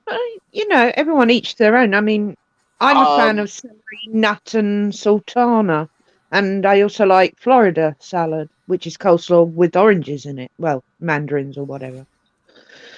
I quite coleslaw, like all those sort of mandarin things. oranges. I've never heard of a thing. Hey Cap, do you like sauerkraut at all? Hey, Yeah, it's okay. It's real not. or canned? No, the real. It Yeah. comes I in mean, cans. I don't think Oh, it matters. It's pickled crap, but I mean, it adds. It's not unto itself like potato salad is. Potato salad has its own flavor depending on who the chef is. Sauerkraut to me is just pickled crap, and it kind of basically tastes the same. It's either sweet or it's sour, but it's sauerkraut. Yeah. Yeah. But I yes, resent I'm that. just asking if Cap likes it. I like sauerkraut. Yes. Okay, but not coleslaw. I don't like coleslaw. I like some coleslaw. I used to like KFC. Yes. Used And to. my wife found a way to make that out of uh, like really cheap stuff, and it tastes just like KFC. I don't Oh, know the recipe off the top of my head. It tastes just like it used to taste before they got lazy, like every other fast food money grubbing place. Like, have you? I don't know if you guys go to McDonald's at all. Have you noticed the burgers don't taste like they used to? oh, of course not. Yeah. The Nothing's nuggets are fine, like but it. the nuggets are good.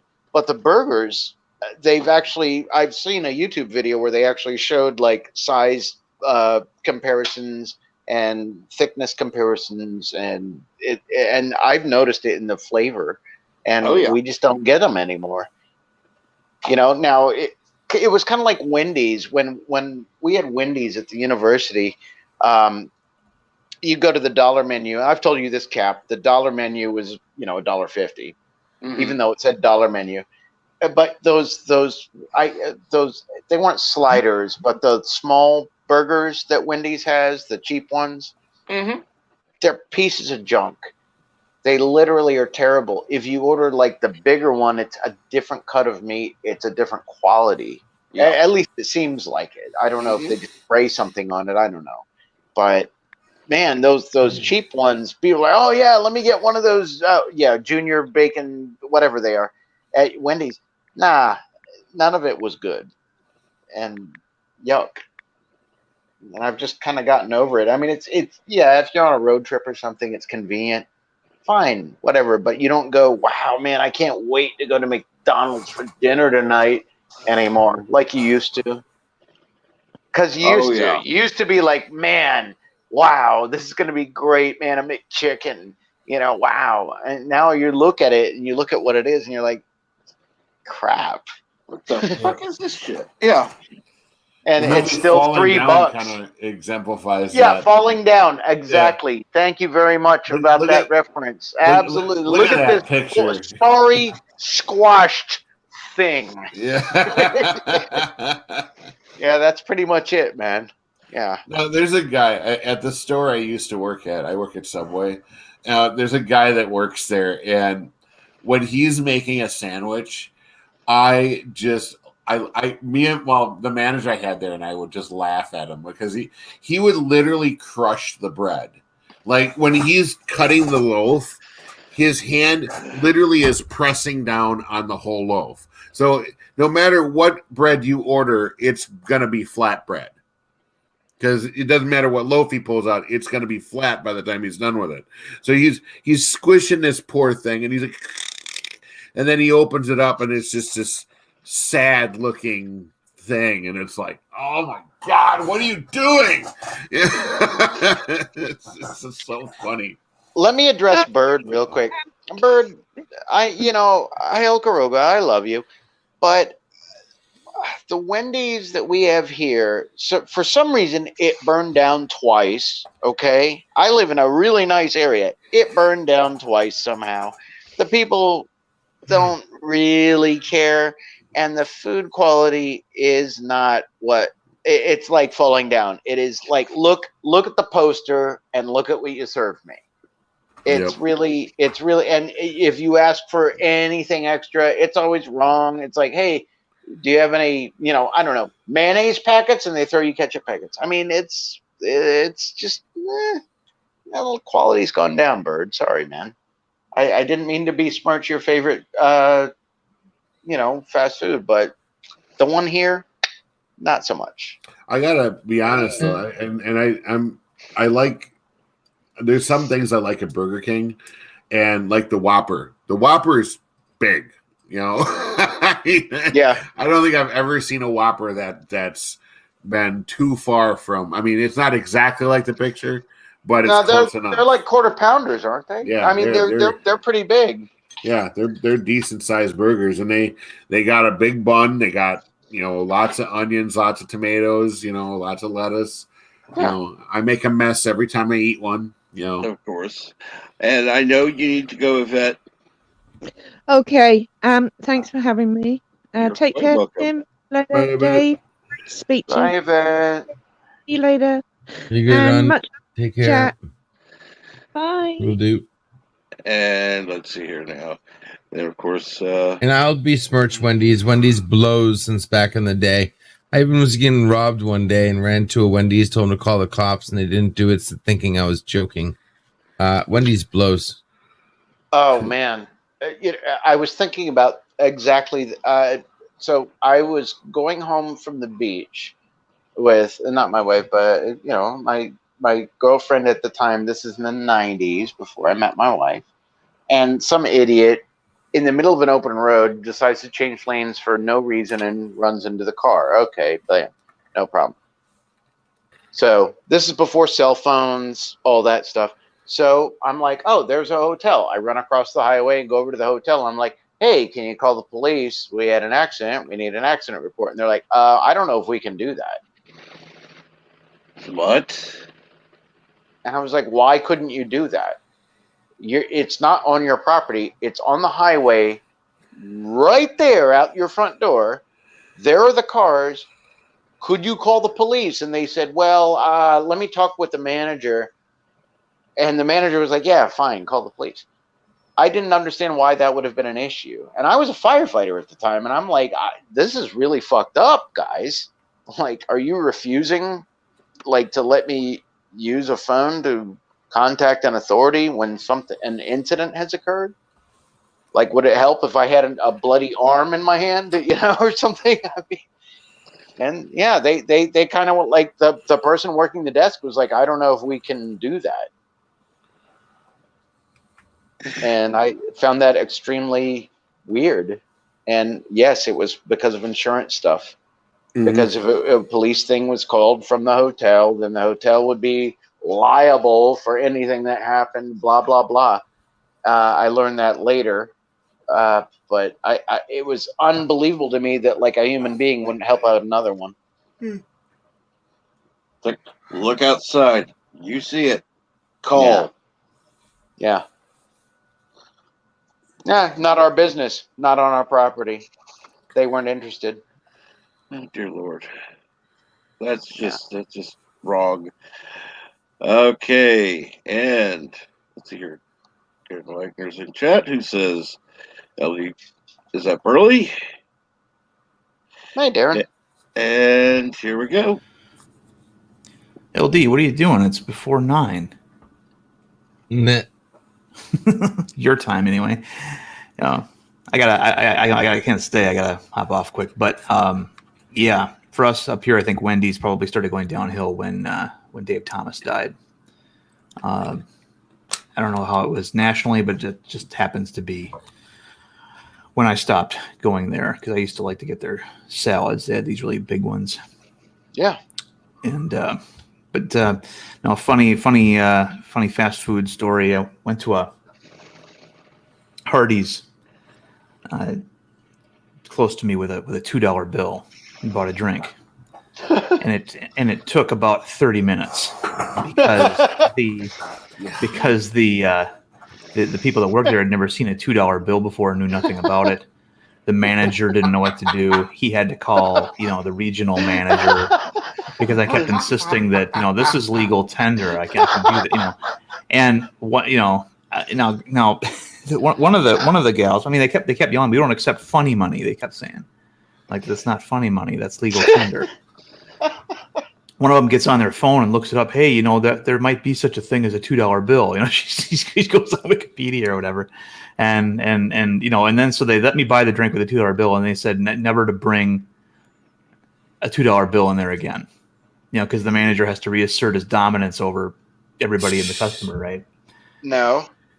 No, you can bring a $2 bill anywhere you want. Exactly. And the thing is, here's the thing: you wanted a soda, right? Right. I know. Okay, sodas are the most profit that any restaurant makes, right? And you know that, but they can just give you one, and it's no big deal, right? They didn't even have to make you pay for it. That's the thing. They could have just said, "You know what, man? I don't know what this is. You want a soda so bad here." Like there's no camera that's gonna like take them to jail for like stealing from the restaurant by giving you a soda. Right. I would have handed you probably the $2 bill back and just handed you the cup, because $2 bills are pretty rare to find, and you should collect those. So I actually do have I have a small collection of them. I'm gonna find every time when I had at the hardware store, I'd take them. Some people had them and they were like mint condition, like not folded, and I was like, I'll give you $2 in like $1 bill if you give me that. It's like they're like, hey, well, you take a $2 bill and it's real, and I'm like, and it's not folded or anything, and I'm like, I'll buy it from you for its price. I'm thinking about finding 2 Susan B. Anthony dollars. And yeah, Bert, they're not rare. And really fucking with them. Yeah. We used to get those in our vending machines back at APAC, man. That was fun. Yeah.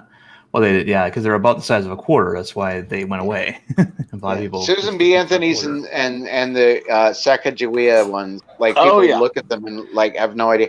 I went to the bank with some quarters back a few years ago when they changed the quarters around, and they took the on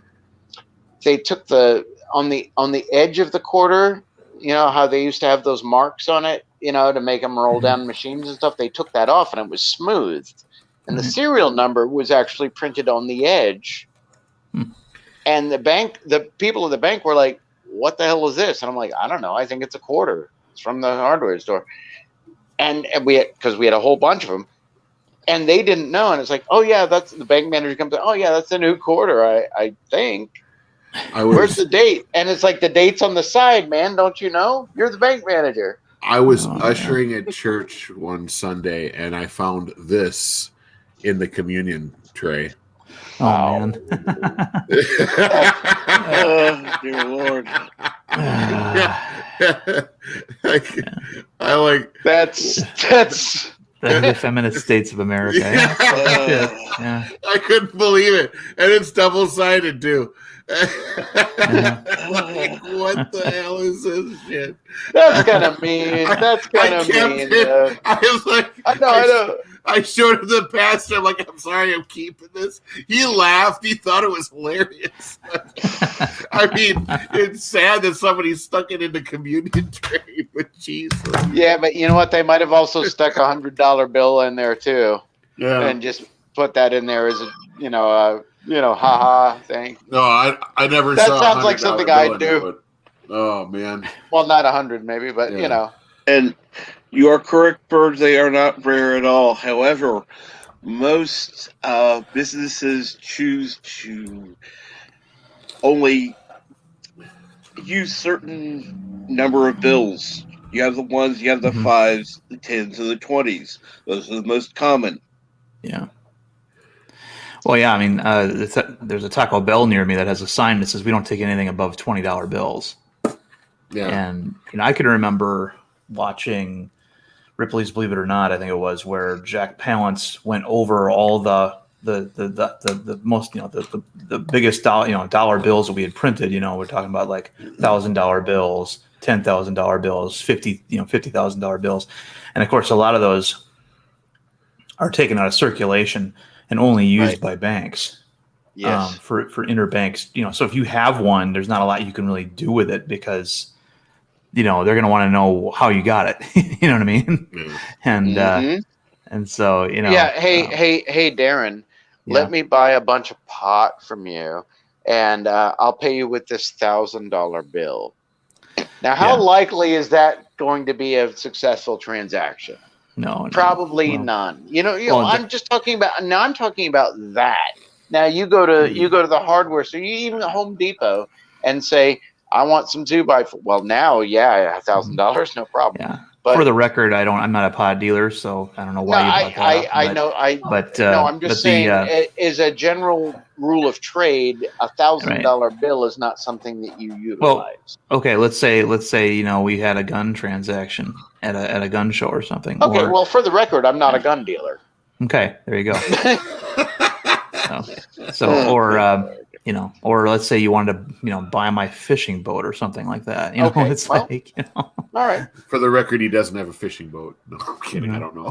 Well, I have a captain's license, not a fishing license. So, damn. Yay. For the record, can we stop for the records? Oh yeah, you don't like records, man? For the record, LEG has no records. Yeah, for the record, I don't like records. Well, then it's a good thing that Mr. Lundell's not on the panel.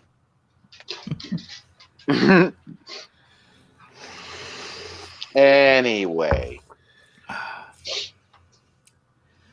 But I get what you're trying to say. You can't just pay $1,000. The person won't even have the change. But the $2 bill thing, like, I did think it was weird when I used to work at the hardware store and somebody would come in and they would have, 15, 16, 17, $2 bills. And I'm like, why do you have these? Did you just rob like some like old lady or something? Like, why are you paying with this kind of currency? It's really unusual, but it's legit. Yeah. There's not much you can do about it. But it's real currency, but it just seems odd when somebody does that.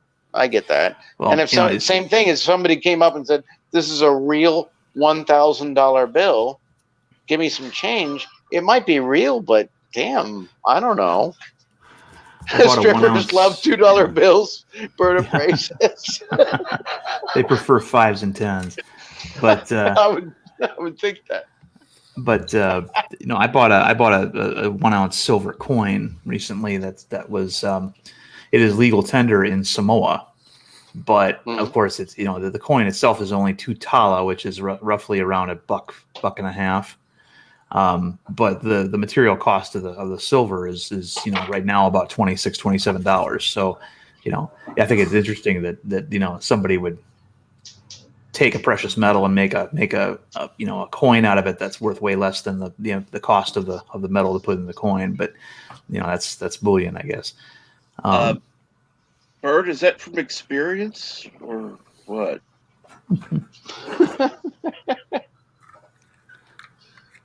Sorry, go ahead, Darren. No, it's fine. That was fun. I am going to take off, though, because I got to start work. So I'll see you guys later. Well, I hope you have a good day. Later. Darren, have a good day, sir.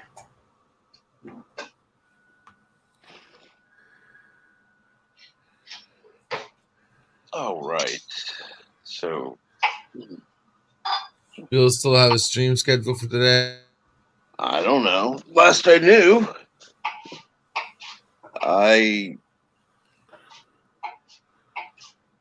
let's see here. Let me check something real quick. Well, I think I'm going to log off. It's about time for me to do some lawn mowing. Ooh, fun. Oh, yeah, yard work. What? It's getting tall outside. Korean, but it's sitting on the top of the soup. Catch you guys later. If you're Catch still you on, I'll later. pop back in. Hey, Cap, unfortunately, I have to go too. No Wife problem. is cooking something. What are you cooking, babe? This is the chicken noodle soup. Chicken noodle soup you've been making for 2 days. Okay. Oh, So I guess I have to do homemade that. chicken noodle soup. Hello, I want Oh that. no, it's gonna be awesome. I will think of you as I eat it. I want a full report.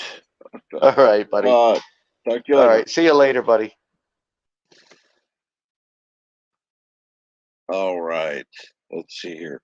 Right now, I'm looking up the info for the stream later because I don't have it saved. Yeah, I found it. He still got it up. Oh, Chris yeah. was asking. And let's see here. All right. That is in. Let me load this up. Come on, you piece of poop. Come on. I love when a page won't load right because, yeah, it's fun. One person's waiting. Now we're in. And it's not loading. Oh, well. Anyhow, it is scheduled for later today. And I think it's, what do you say?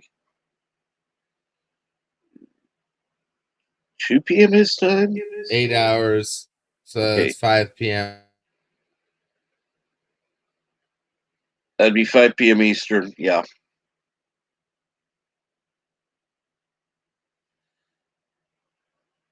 So right after Bird. So, yeah. Let me go ahead and put that in the chat. Make sure to set a reminder. And that way you can watch him suffer live. And I hope he suffers. He's going to raise money for a computer. So, you know, I hope he suffers. Not that I hope he dies or anything bad. Just, you know, a little bit of suffering's not a bad thing. And let's go back to the chat. Good morning, Dee Dee Myers. And good morning, Jester of Sin. What's going on today?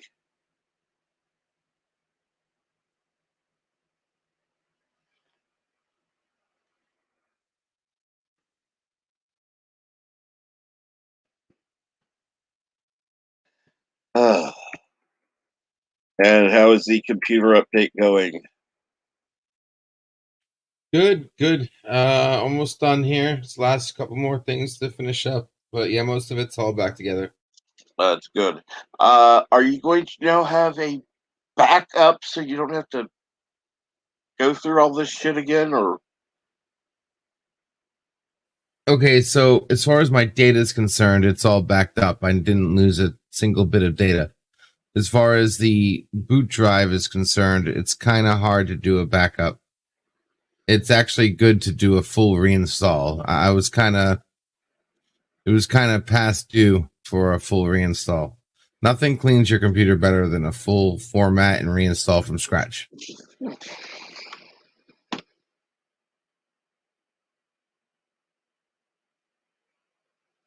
if I were to back up the boot drive, then it would basically ring over any cancers or malware, or nothing beats a full fresh reinstall. But as far as my data was concerned, my documents, all my project files, all that's been fully backed up. I didn't lose a single file. I Just the meant boot drive. right. I meant prior to using it, backing up the fresh while it's still altered, and then going from there. I could do that, but I always usually find that there's always new stuff that comes, new programs I find, and it's really, you know, it's not like I don't enjoy it. It's good. It means that if you can do a full reinstall and not lose anything, that means you've properly done everything. You have all your passwords, you have everything you need. You know, it just takes a day. Not that long, really. Kind of fun. I mean, it was aggravating when I lost my drive, but no big deal.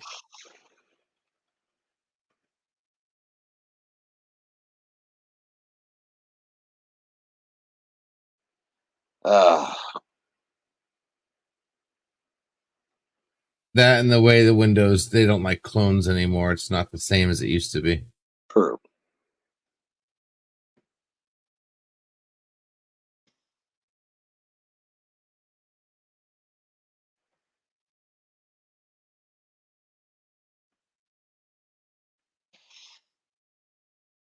But she is running much, much better. I think I can't wait to use OBS.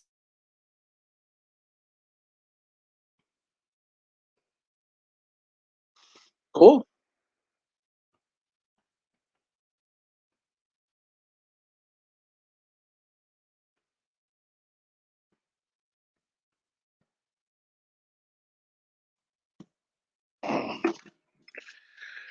Let's see here now. All right. And Gusterson says suffering builds character. That's why I'm nursing my head. I haven't liked Windows since 3.11. Well, let's see here. I had Windows 3.11. It was okay. Windows 95 was really the next one I got into. Uh, I don't remember if I got 98 or not. I think I did. Yeah, I did. I got 98. 98 was good. Then Windows 7, but I didn't mess with the rest of them. And I stuck with Windows 7 until I absolutely had to switch over to Windows 10, because Windows 10 is a piece of shit, and it still is.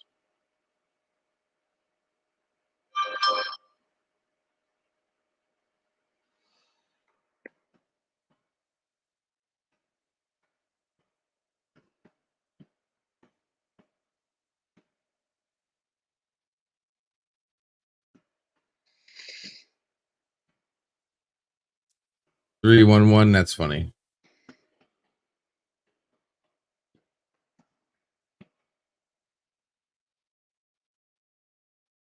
Yeah, yeah, I hear you. I mean, if you want to play your PC games, you have to have Windows.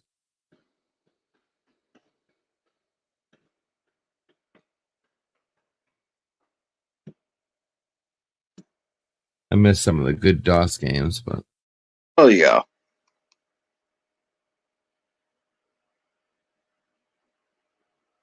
No, 98 was good. 98 was good. It was stable.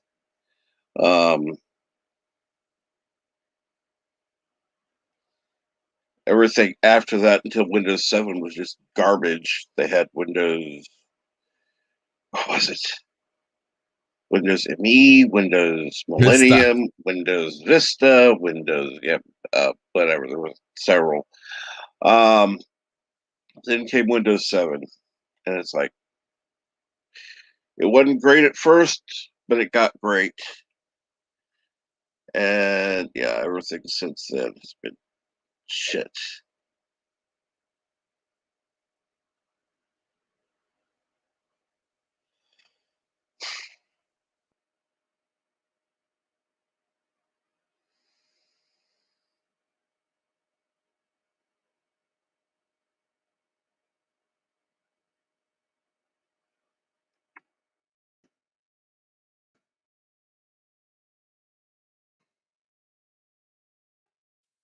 You know, we got on Cinema Saturday tonight. Was it Evil Genius or something?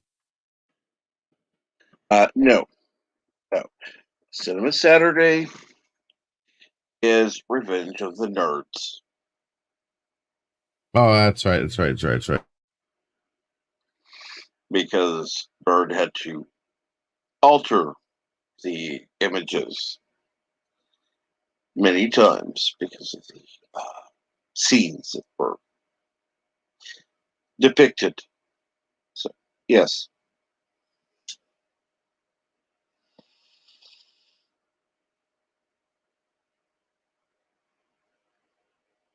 You know, you don't have to like remove the images, Bird. Just overlay some of your overlay your avatar over the nipples, just the stills, right? So just have some Birdo Prey 5 nipples. Or use your what do you call it? Defiance.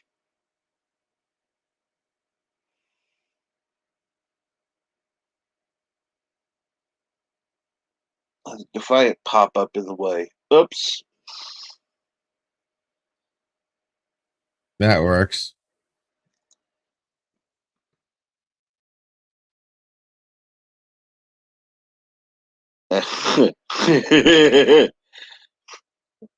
Oh my god. Jester's sin. C Moss. C colon / Moss / run dot exec. Yep. And good morning, live at the Love Shack. How are you this morning? And Jester's sin says, Bop nips, shudders. I agree. That is a scary, scary thought. That is a scary thought.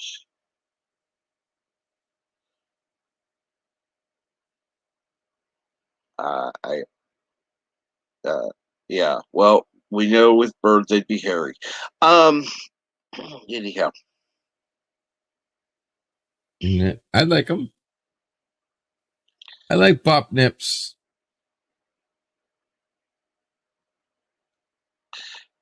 let's see here. What You know, TW's playing some freaking who's that Western guy?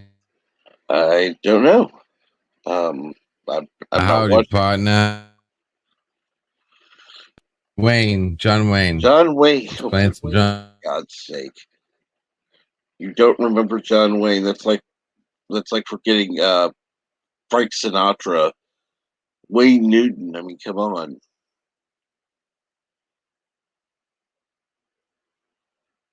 Old. Took a minute.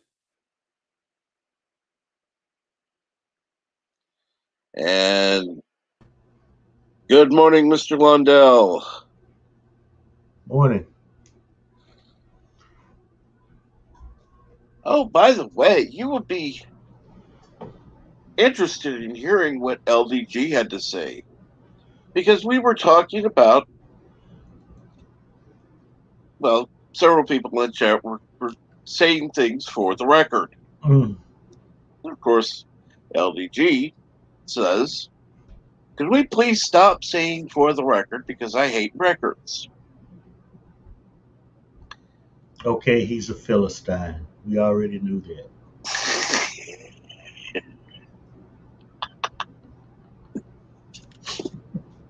Nothing against vinyl. Yeah, but whenever I bring up the phrase permanent media, what do? Or physical media? I should say. Everything's physical media.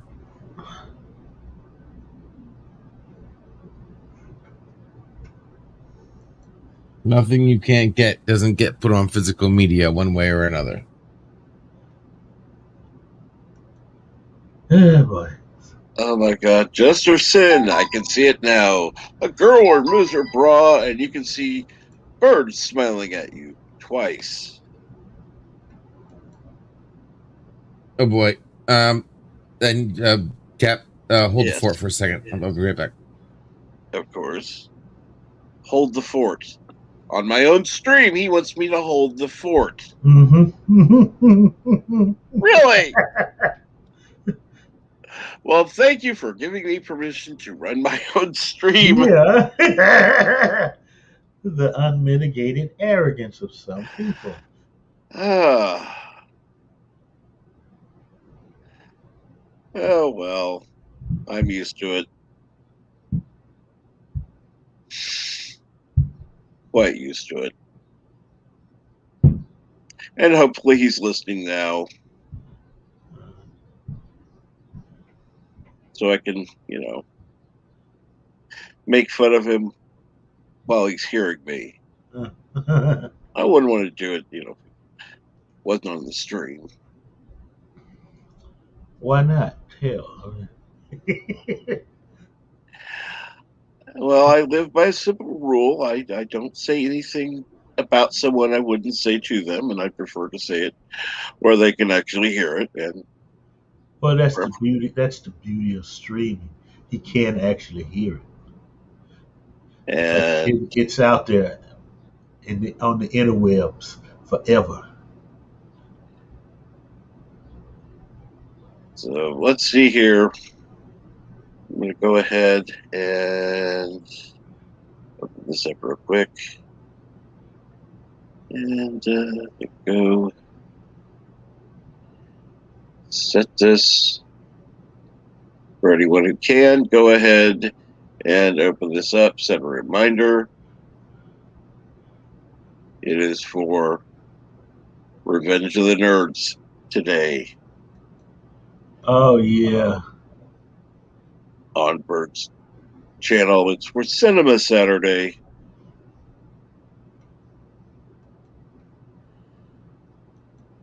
So the usual gang can crowd in and give their 2 cents about the movie, and Oh, yeah. Commander Ty can complain about the writing and which I mean, Jesus, you're gonna be a film critic. Watch some film. Okay, that's my point. I know he's not around and I'm talking about it. I don't care. I know he'll hear it eventually anyway. So Well, I see a place for what he does. yeah, I wish that more people in Hollywood would actually listen to him, maybe not pay attention to everything he has to say, because not everybody shares his opinion. But for God's sake, the stuff they put out would at least have some thought behind it. yeah. Like, no. And let's see here.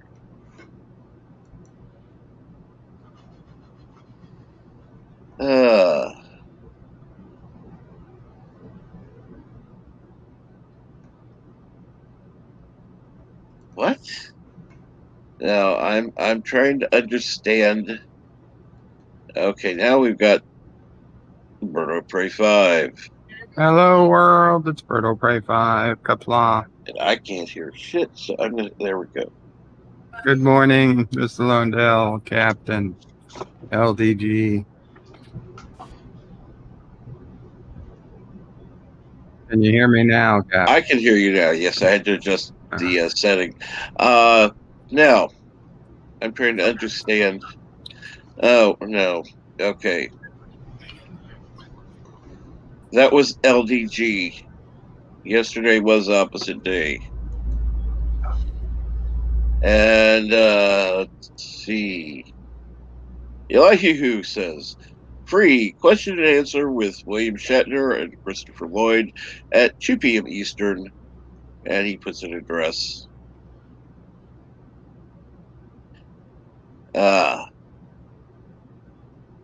Which will be cool because how long do those usually last, Elihu?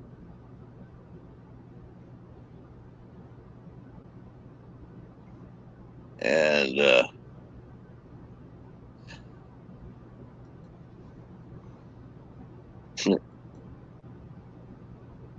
okay, most movies have a thought or two in the background. Movies sell tickets. Well, yeah. Mhm. Kapla Jedi Bill. Chester of Sin. Milton Knowles. And Elihu. Catman D.D. Myers. Live at the Love Shack. Wow, busy. Oh, yes. Bird, you're in charge. Please. Oh, I seem like it's Captain gets more people when I'm not here. I should probably stop coming as often.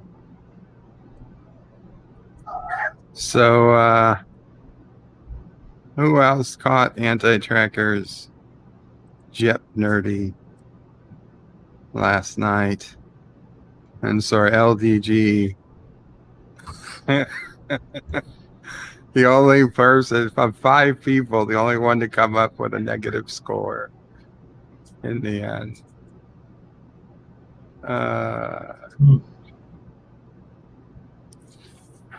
So now he's doing the virtual game show too.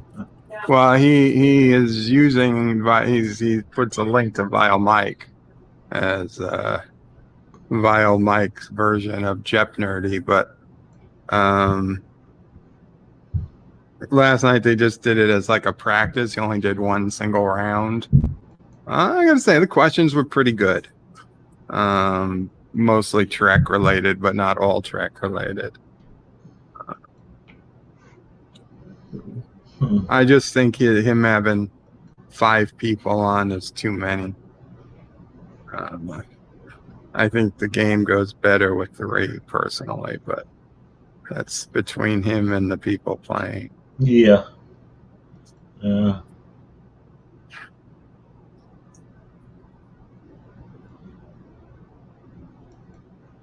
So LD didn't get one correct answer? No, he did, but he got more incorrect. And so he ended up in the negative.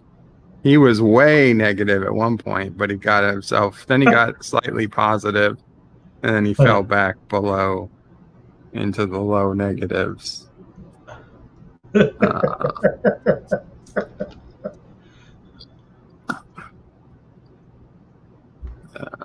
All right. He knew half answers, but not full answers on some questions. Welcome back, Cap. What are we talking about? Half answers? Anti-Tracker's Jep Nerdy last night. And LDG's the only player to end in the negative. I think Anti-Tracker rigged it. It's possible.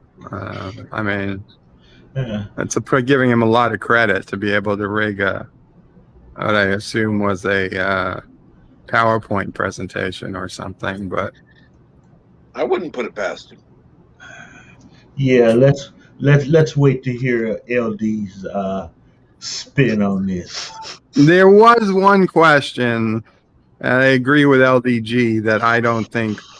In fact, a couple seemed to be. In fact, several of them, although Anti-Tracker claimed were universally this or that, they were opinion questions. Such but as? I mean, okay, he was like, well, the most universally hated Star Trek TNG episode. And his answer was? Code of Honor.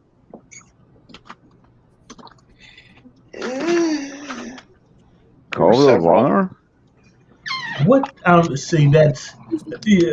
That one with the planet of black people. Yes. Oh, I come would say on. no. That's opinion based.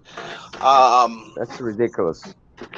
Then and there was these two words were the most used in second generation Trek as technobabble. okay. So he says that he figured this out by reading the scripts. I highly doubt he He tallied. didn't read all those scripts. That's Listen. bullshit. I'm sure he read the scripts once in his life. He read through the scripts, fine, but I highly doubt he tallied every word ever used for technobabble for the question. Now, granted, the answer he had was the same answer I would have given, just from my layman, not layman, but from my experience. Obviously, quantum was one. Mhm. The second one was harder, but I also came up with tachyons, Yeah. and so did he. But I just have I don't know that I could prove that those were the words. I just probably, knowing anti-tracker as I do, we came to the same conclusion. No, but you heard tachyons more on Voyager than you did any Mhm. other show. Yeah, Mhm. but, No, but on the Voyager Voyager used is part of second generation Trek. on Voyager used to listen something like dark matter.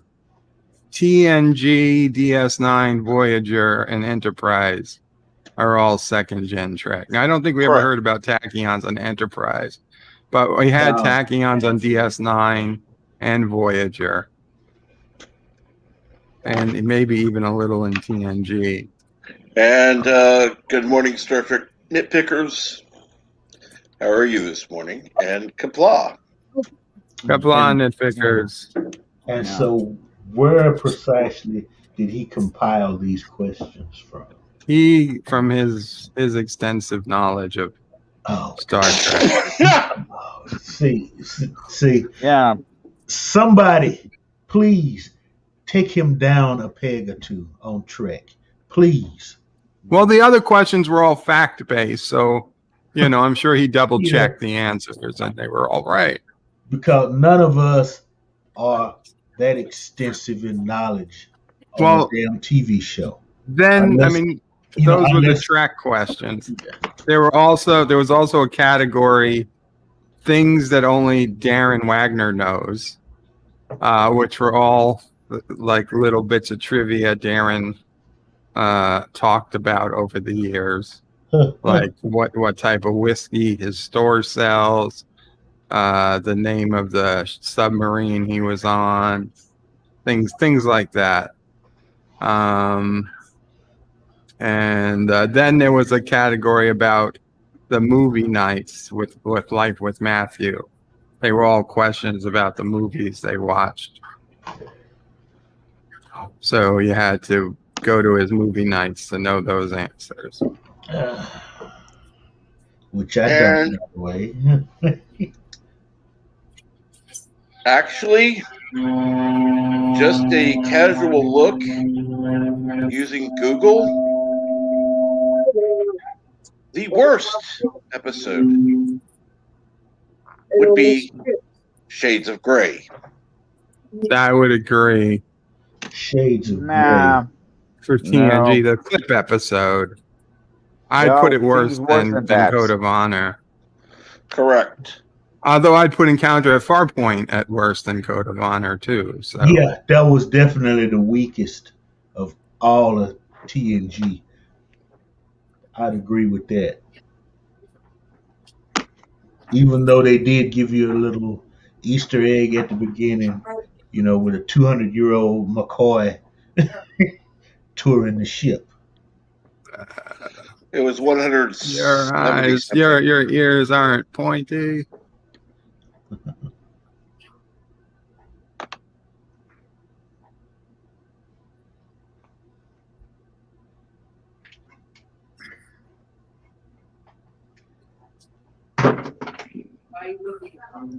So, I'm not looking at you. I'm looking at your baby. So, Anti-Trekker's answer was wrong. No, I'm not wrong. I mean, I think he also put in like an extra clue. So, like, I think he said it was also the third episode of the series. So he says this is both the universally most hated episode of TNG and the third episode of the series. So even technically, if you disagreed with his opinion, you could still know it because you know the third episode of the series. So Okay, there's a lesson in this. Do not trust him on trivia. Okay, that hated episode, that is so damn subjective. well, I mean, he went out of his way to try to make it like Jeopardy.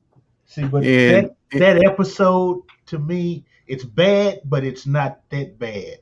It's at a time in the development of the series where it was developing.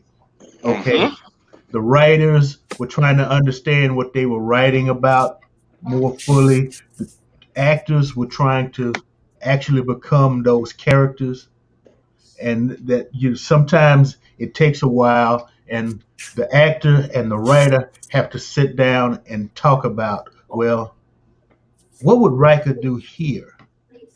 Why would he do it? And see, things like that. And if you listen to what a lot of these guys have said about working on the show, that's what began to happen at some point, and that's why the show got better.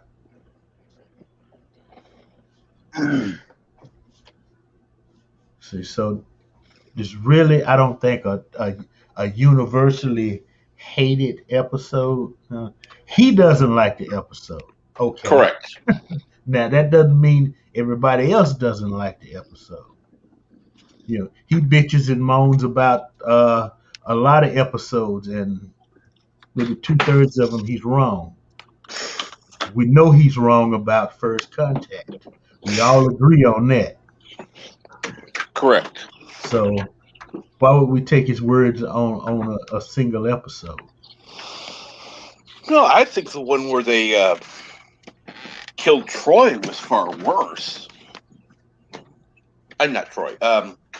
Tasha Yar. Tasha Yar. The one where they killed Yar was far worse than that one. So, yeah. You're welcome. Well, yeah, things kind of didn't make a lot of sense. So, they could distract that thing long enough to beam Troy and the pilot out of the crashed ship. They could transfer the character. They could have done that way earlier, and y'all would still be alive. They could get Tasha Yar transferred to another ship. That's it. You don't need to kill her. Yeah.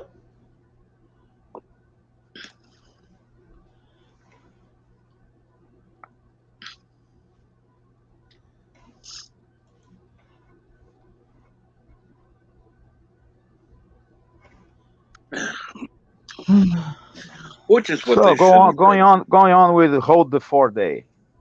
No.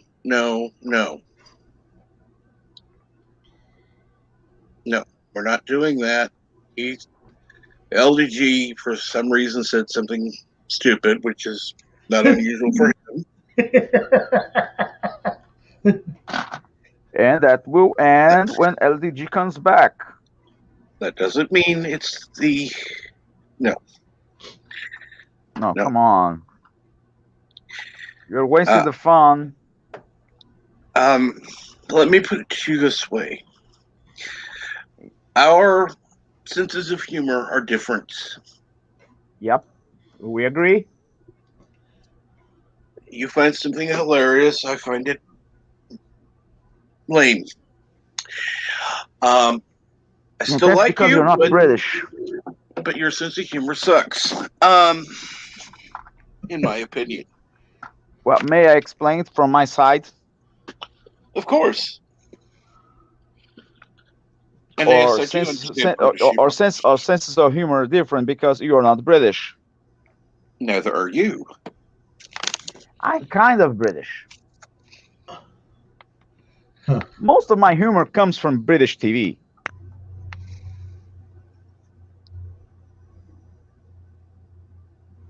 And yes, Elihu. Crosby claimed that she left the series because she was unhappy with the role.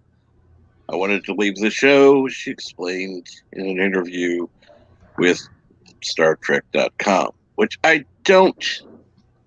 How do I say this?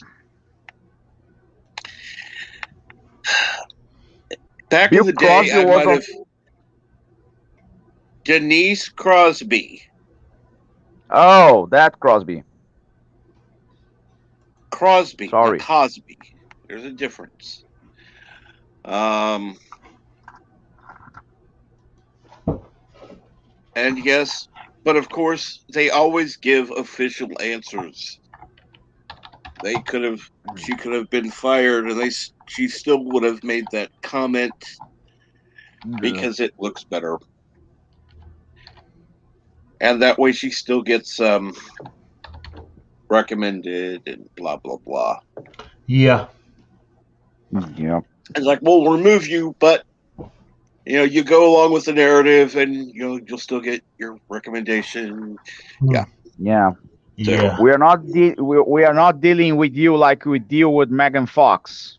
Then Dennis Crosby come around and say, "Who's Megan Fox?" You will see. Give a few decades. Be right back. I need to brew another cup Absolutely. of coffee.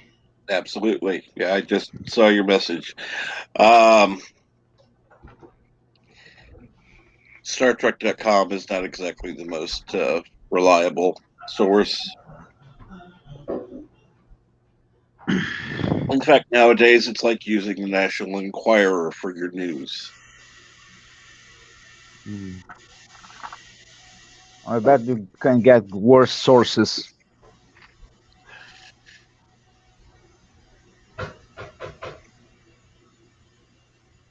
Okay. Now, whether she wanted to leave or not, she was going to say she wanted to leave. The interesting fact: Denise Crosby gets her character die on episode. Meanwhile, on season 2, Gates McFadden leaves the show and is replaced by I forget Pulaski. Yes, And Catherine 1 year later, she came Pulaski. back. Thank God they got No, Beverly Crusher back. Yeah, but she claims. I don't know. I don't remember where I read that, but she claims she gets some executive was doing some sexual harassment with her, and she okay. I will not deal with that. I'm out.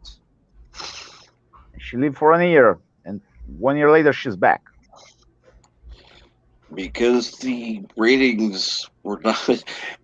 The fans didn't like Pulaski. No, I talk about Beverly Crusher. And they still don't. You're right. And I talk about Gates McFadden. Gates I McFadden know. leave the show for a year. And they probably Dennis got Crosby rid could of do that the same thing. producer. And Star Trek Nitpicker said they, meaning the studio, said that there was a scheduling problem with having Kirstie Alley in Search for Spock. She said that wasn't That's a lie. true. Well, that's a damn Well, lie. you We all wouldn't knew bring her back for 4 after she wasn't in 3. it. Star Trek 3 is the Search for Spock. He wrote Jesus 4. Christ. I got you. Right. I see. Thanks. Yeah, the scheduling problem was they couldn't schedule her because they didn't want to pay her enough money. Yeah. I'm not sure about that. I'm pretty sure with enough money you can schedule any actor for any role. Yeah. And Unless she doesn't want to be typecasted.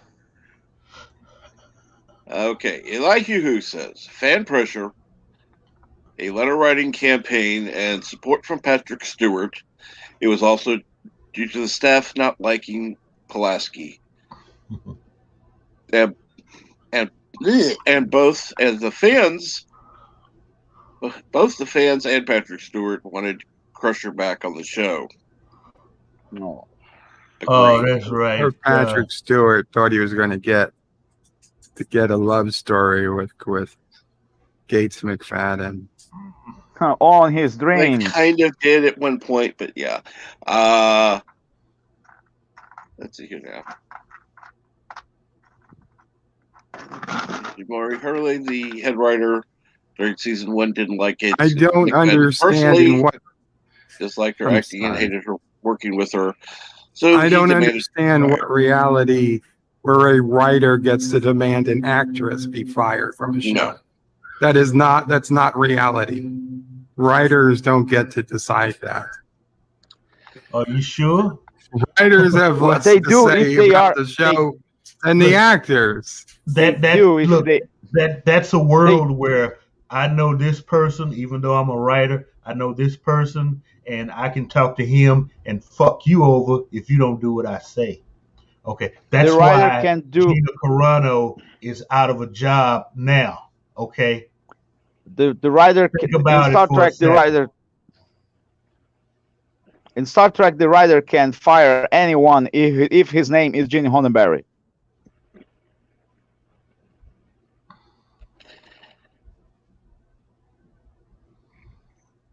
And let's see here.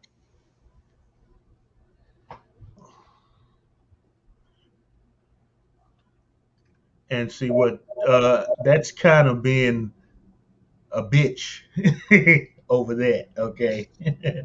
See, there are, you forget who we forget who we're dealing with.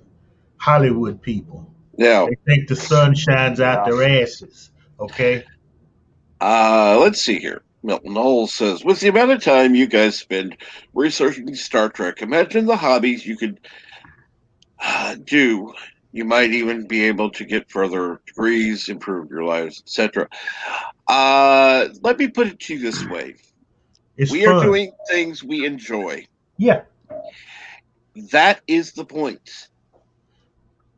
Now, could people, first of all, why would primarily middle-aged men go back for a degree?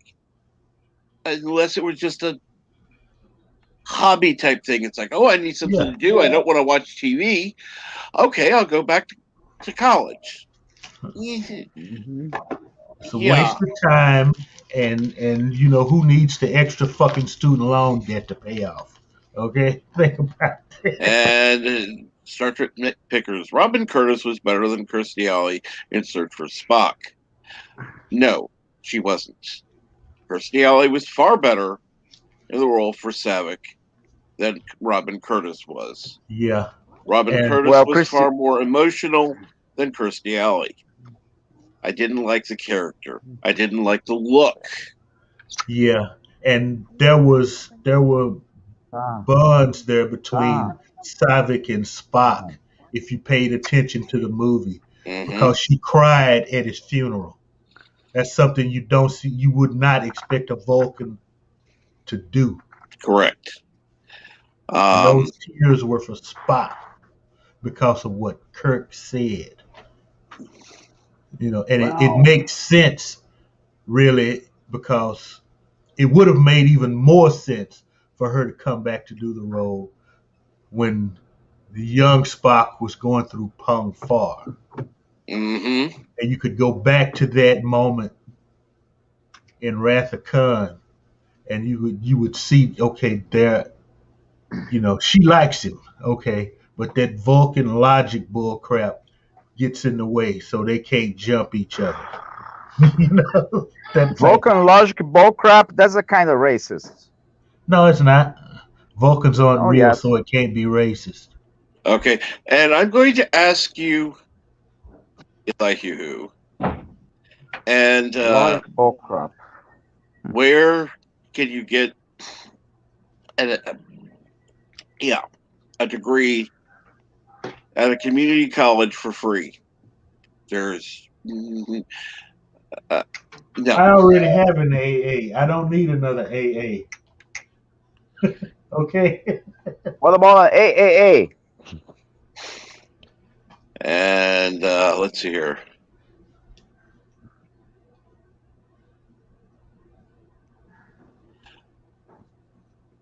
Okay, she was better only at her Screen Actors Guild minimum. Yes, because they could get away with paying her less.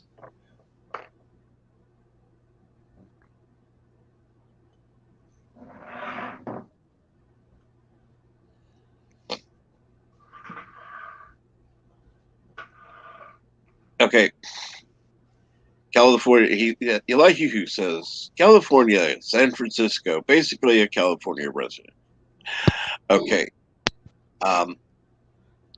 You couldn't pay me to move to California. Same here. I am a fucking moderate, and I wouldn't move to California. Yeah. No. And I'm in Texas. This is where everything's happening now. You don't want to leave that? Come on. And yes, Resolute Germ, not free. The state pays for it. Well, you can live for free in San Francisco by just going to the store and just robbing what you need, since it's not a crime unless it's over $1,000. That's true. Never thought of it.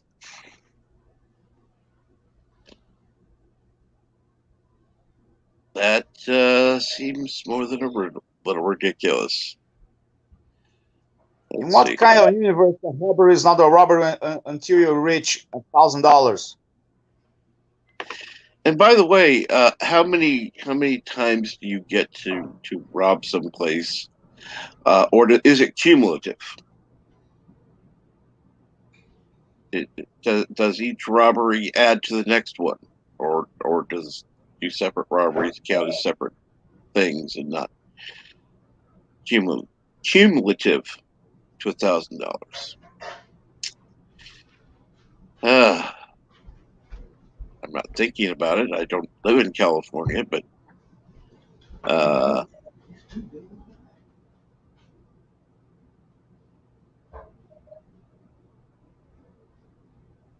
let's see here. I'm not looking for something. Oh,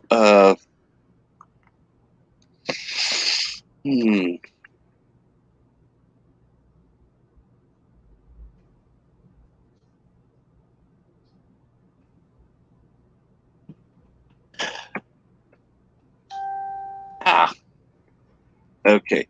I'm trying to find Resolute Germ stream for today, and for some reason, it's not showing up. What's the stupidest gun law, Elihu? Because I Googled and all I could find was permitless carry, which doesn't seem stupid. Texas just passed the stupidest gun law in America. Mr. Blondell, you're in Texas. What gun law did Texas pass that Elihu believes is stupid? I have no idea. Look, any gun law to a liberal is stupid. Okay? They don't like cops having guns. They don't like soldiers having guns. So any gun law is stupid to them. I just kind of, blank that out and go about my business. God, just like the Constitution says, anyone can carry a gun. See what he's up in arms about? The right to bear and keep arms shall not be infringed. That means I can own a gun. Anyone over the age of 18 should have the fucking right to carry a gun. Now, should there be classes? Yeah, yes. I agree with that. Yeah, teach them how to use it. I'm in the military. They taught me how to use a .45. They taught me how to use an M16, how to use an M60 machine gun. They just Most didn't turn me loose out there with the damn things. most The states Constitution. most states require driving Yeah. classes prior to getting a license. So why couldn't they do the same thing with guns? Require Because a a gun class. gun is given guaranteed by the Constitution. A car driver's license is not. No, but there's safety reasons. So I don't have problems with them saying, okay, you want to carry a gun, you got to take this so many hours of how to safely handle a gun. I got no problem with that. Maybe you got to Because carry it, but not to buy it. That's what you do with a car. You have so many hours of training and you pass a test, then you can own. I'd and be operate okay a with car. that for taking it out in public off your own private property. Right. Exactly. But That's if it's the Oh, on point. your property, Yeah. On your no, property is no, one thing. yeah. On your property is one thing. If you want to carry it off your property, you've got to take classes. I agree. But Other than that, there's nothing stupid about a law. and yes, I agree with. I don't know if I'd quite go that far, Resolute Germ, but Any gangbanger could carry a gun right now, Elihu. They don't give a shit about the law. Yeah. What about the Crips and Bloods that are carrying? They don't give a shit about the law. Your city's full of them.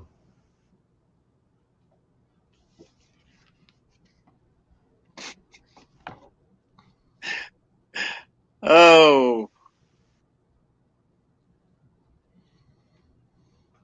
I'm more in agreement with Resolute Germ than I am Elihu. I will say that. I don't know that Resolute. There are too many Homer Simpsons out there. Okay. If you remember that episode. Turn on the TV, turn off the TV.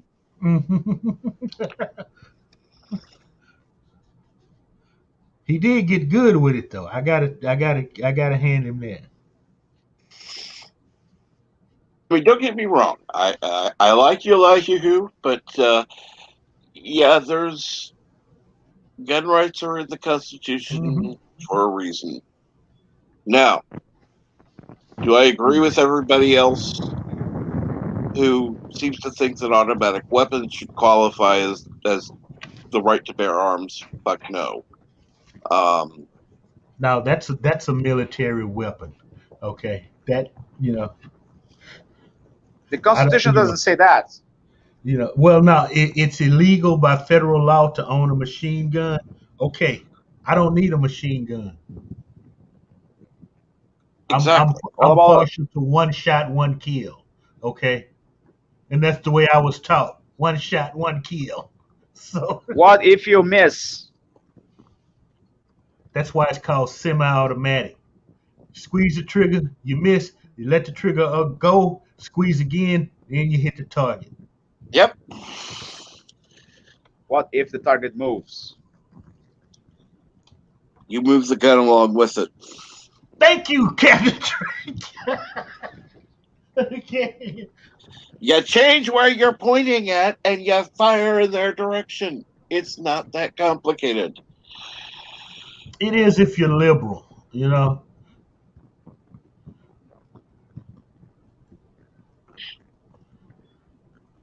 That's why you should always bring grenades.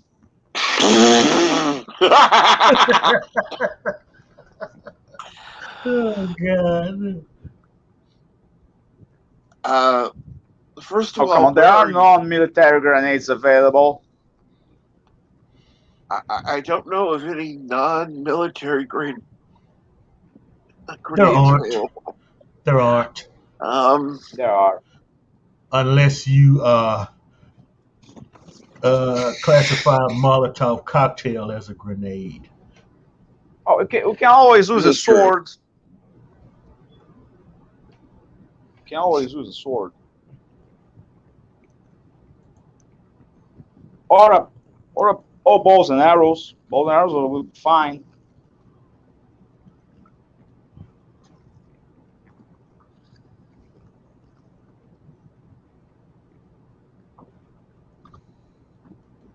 And yes, full auto is good for spray and pray anyway.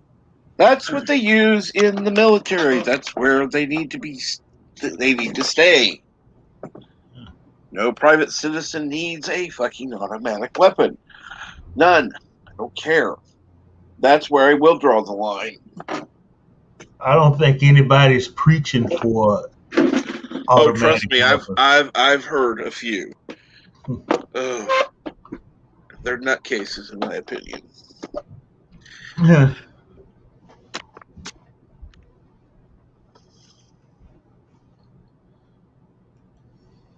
Well, maybe people like Honestly, legally, we should be able to have, but I wouldn't argue it because it's just too expensive in all reality to keep an automatic gun because of the cost of ammunition. I was going to say the cost of the ammo alone would be. Damn! I just spent $100. I just shot a few bullets. 2 seconds. And you got to look at like the damage Capone's guys did with Thompson's. And good morning, Piano Dean, who says until gun control advocates can guarantee that the bad guys won't have guns, I am freaking keeping my guns. Add to that, the people that are telling you that you don't need a gun have 24/7 armed security. Yep. And I'm going to guarantee you, the bad guys will always be armed. Always, because they already have the guns. Yeah, so if they take them off the streets, big deal. You've just unarmed every private citizen who's actually the good guys in favor of the bad guys. That would be a good job. Well, see, they don't see it like that. They're looking at what happened at Lexington and Concord. And they know if you piss people off enough, it'll be Lexington, Concord redux. Okay? They know it. And we're almost at that point now. Okay. You don't need a gun. Okay. I'll agree. Need is different. I don't have 24-hour security. No. You're a private citizen who is not a public figure. You are not a politician. You are not a Hollywood celebrity. You are a nobody. Mm-hmm. Just like Mr. Londell, just like Bird of Prey 5, just like me, and just like Pickles. Mm-hmm. We are fucking nobodies. Yeah, okay? They could give a shit about us. Nobody gives a shit. Nobody. Okay, you got a few people on YouTube who know who you are and who like you. That doesn't make you a fucking celebrity.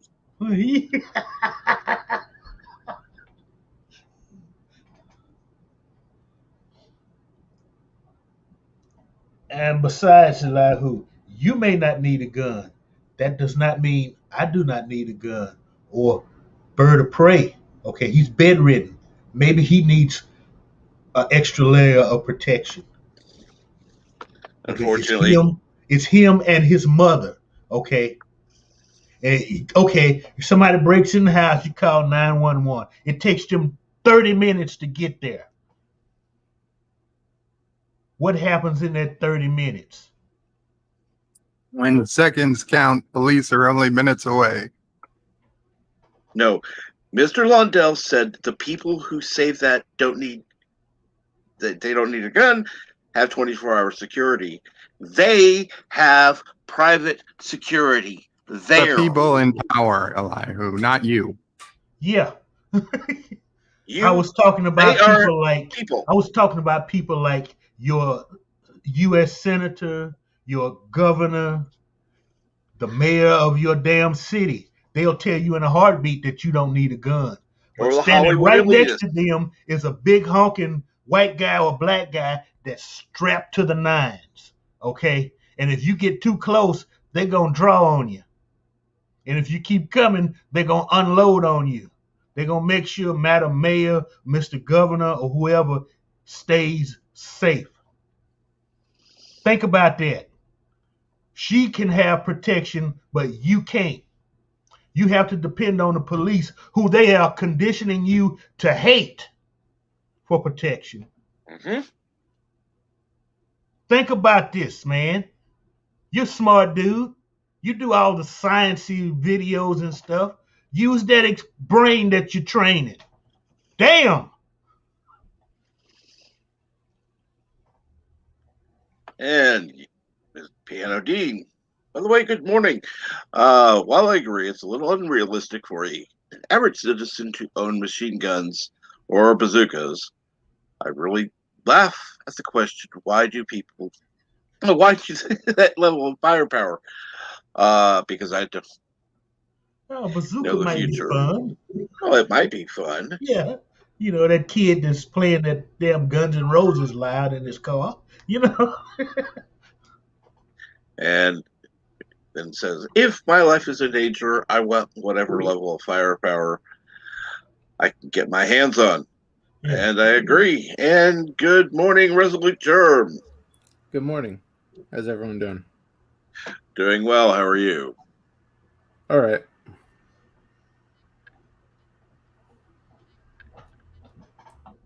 And in a little over an hour, Resolute Germ is going to be going live with Saturday morning cartoons. I don't know who Marjorie Green is. Why should I care?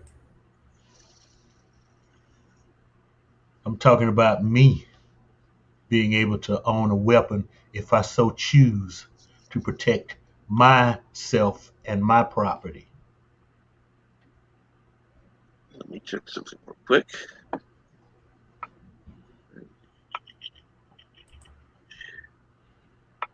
This room.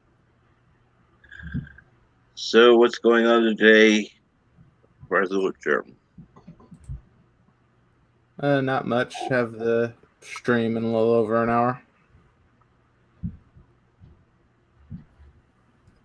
I think we're on episode 10 for most of them.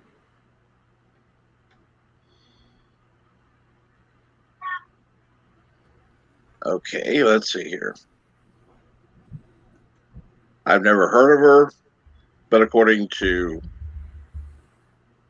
whatever it is, oh yes, Wikipedia, the most unreliable source of all, because it can be edited easily. Yet people use it all the fucking time as a source, even YouTube does. According to them, Marjorie Green is an American politician, businesswoman, and, I quote, far-right conspiracy theorist, unquote. Serving as U.S. Representative for Georgia's 14th Congressional District, a member of the Republican Party, and a staunch supporter of Donald Trump. Green was elected to Congress, blah, blah, blah, blah. Okay, so, well, see, Marjorie Green represents Georgia. I live in Texas. So that's up to Georgia to deal with Marjorie Green. Correct. I'm concerned with the people that represent me in Texas. Okay, and as far as conspiracy, okay, that's the new thing now with y'all, isn't it? If you don't go your way of thinking, you're a conspiracy theorist. Then one of these days, y'all are going to learn. That's all I got to say. It'll hit you the hardest, okay? Think about it. It'll hit you the hardest.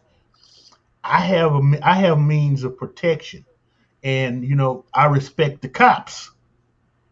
So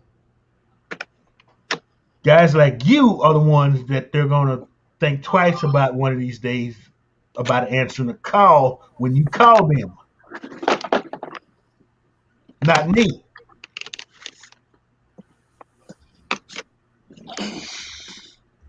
Mr. Nobody Needs a Gun. Okay, that's all I gotta say on it.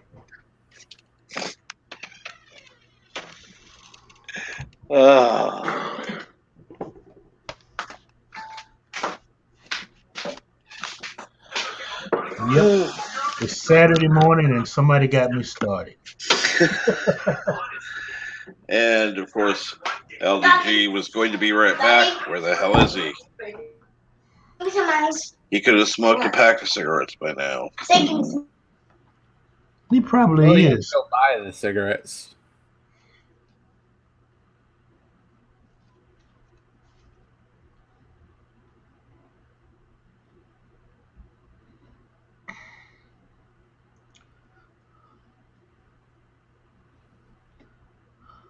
Okay, what's going on, Bird? Eating a bagel. Ah, okay. By the way, have you eaten, Mr. Lundell? Have I eaten? Correct. Yes, I have. Just scrambled eggs and toast.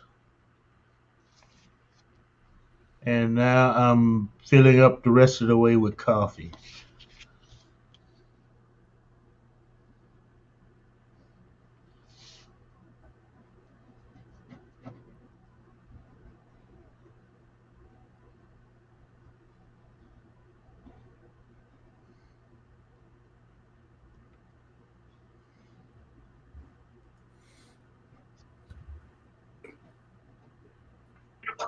All right, I'm going to be making some coffee. Let's see here.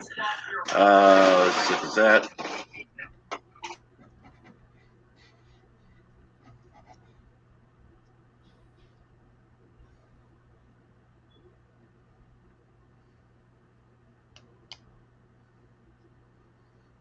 No, Kirsty is she's okay. I liked her in Cheers. You know, kind of a whiny mid-management type person. The She turnoff was came okay for Cheers. when she came out as a Scientologist.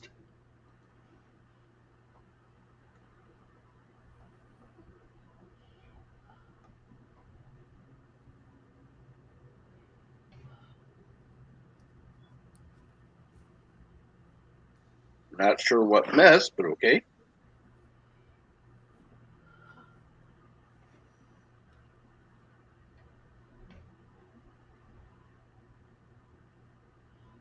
Oh, the truth burns your ass, huh, Elihu? That's typical for Californians. I know. Yeah, common sense burns them every time. To be fair, it's typical for pretty much everywhere on the left coast. Yeah, okay. I'm not gonna say anything. Just see what's happening. Just the state above you. It'll filter down south when they get tired of when they burn everything down up there. It'll filter down south. Okay. Yeah, it's filtering north here.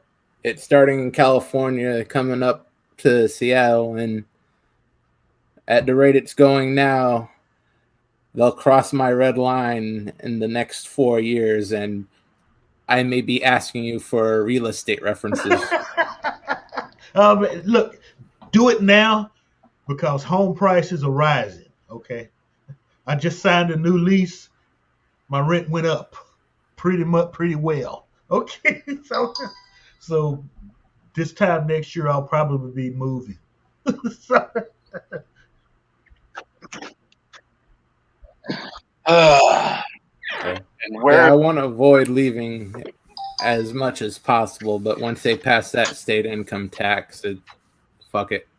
Everything in the car. I'm heading to either Texas or Florida. So is everybody with a brain, if you notice.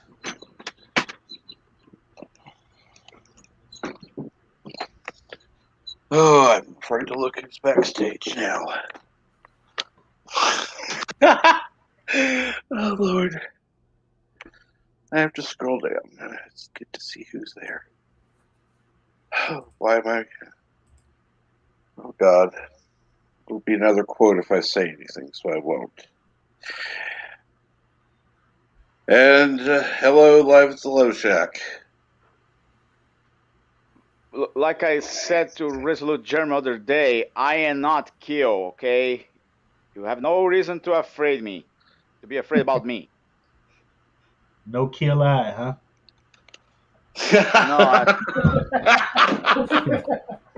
No, See, that's a true Trekkie. He got it. Okay. Yep.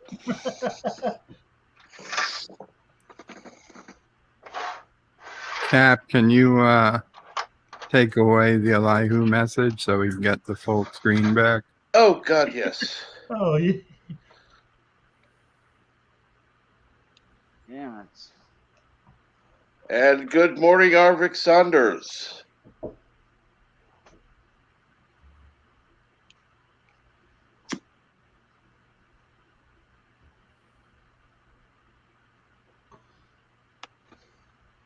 Oh, well, thank you, Piano Dean. You're free to use it.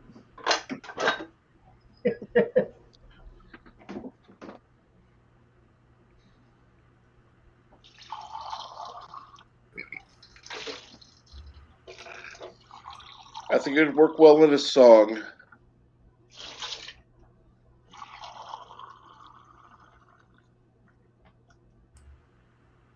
Well, Milton, they can't, because if you look, the places where it's the hardest place in the world to buy a gun, they have the highest gun crime. Chicago. But, hey, that's just me. Maybe I'm looking at the numbers wrong.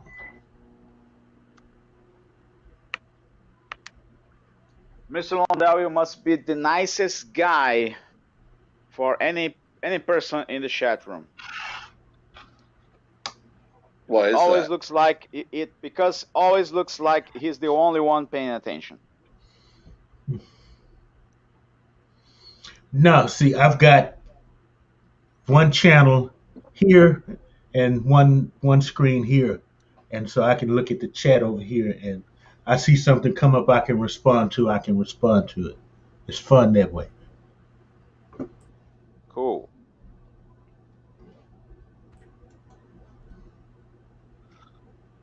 Now let me look. Well, at least when you come around, nobody confuse you with Godzilla. Happens with me and Captain Trek all the time. And let's see here. Over on Saturday morning cartoons on Resolute German's channel, we have Darkwing Duck, episode 10. Clone Wars, season 3, episode 10. Conan, episode 8. And Transformers Generation 1, season 1, episode 10. You should clarify that and say and explain to the people, it's Conan the Adventure 1992, not Conan the Adventure 1997. Two completely different shows. I'm just reading what's on the screen. I was unaware of Conan the Adventure in 1997. There was a cartoon on 1992, and there was the live-action series in 1997. Okay, Saturday morning cartoons. Where are we not understanding that we're showing cartoons? Well, I didn't understand Live the first time. I didn't action understand. I didn't understand the first time. I went around. Hazel Jam called me on Twitter. I take a look, and until I finally figure out where the Scream Room was, it was too late. I already had find Conan the Adventure 1997 on Tumbi, and the image didn't match whatever you two were talking about on screen. So I figured out, wait a minute, what's wrong here? And then the Hills of Germany have the kindness to explain me, no, we were watching the cartoon. Oh, okay. Look, there is a Scream Room link on the chat. Oh, nice. Oh, now I see. Okay, I was totally wrong. Thank you. Yeah, I thought that was sort of obvious from the stream title.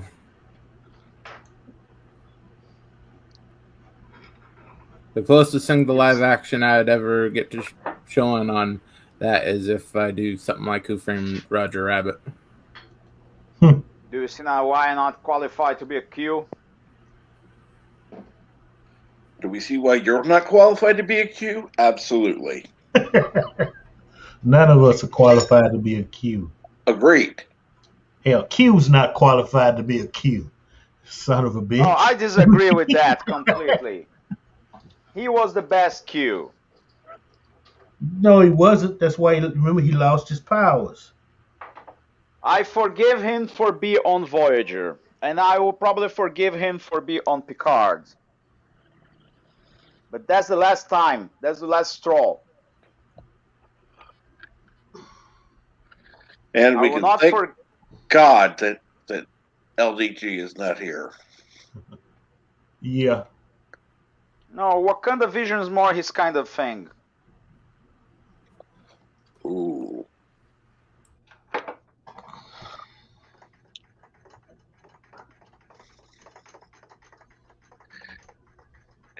Yeah, why don't you send that out in a post on Twitter?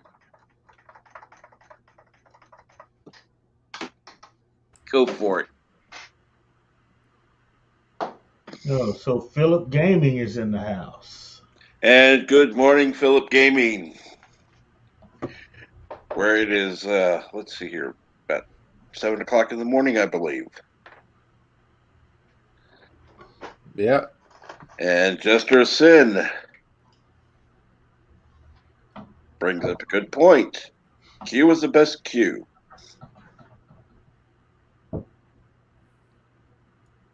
Which Q? That Q. That one? They're all named Q. Q who? So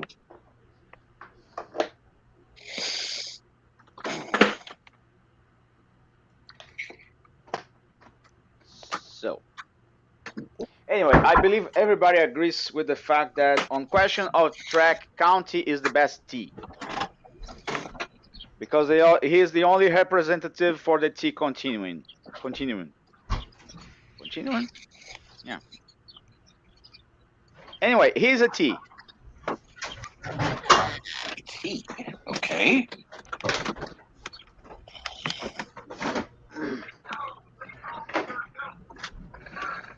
Oh, Lord. You really should start your own church. What? Just saying. Yeah. What the heck are you talking about, Bloodshot? You say Lord and God and Oh my so frequently. You should be a priest by now. Well, but that logic, horrors would be very religious.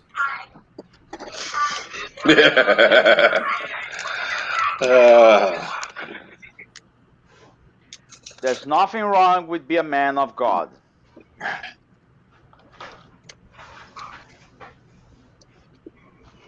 Nobody said there was.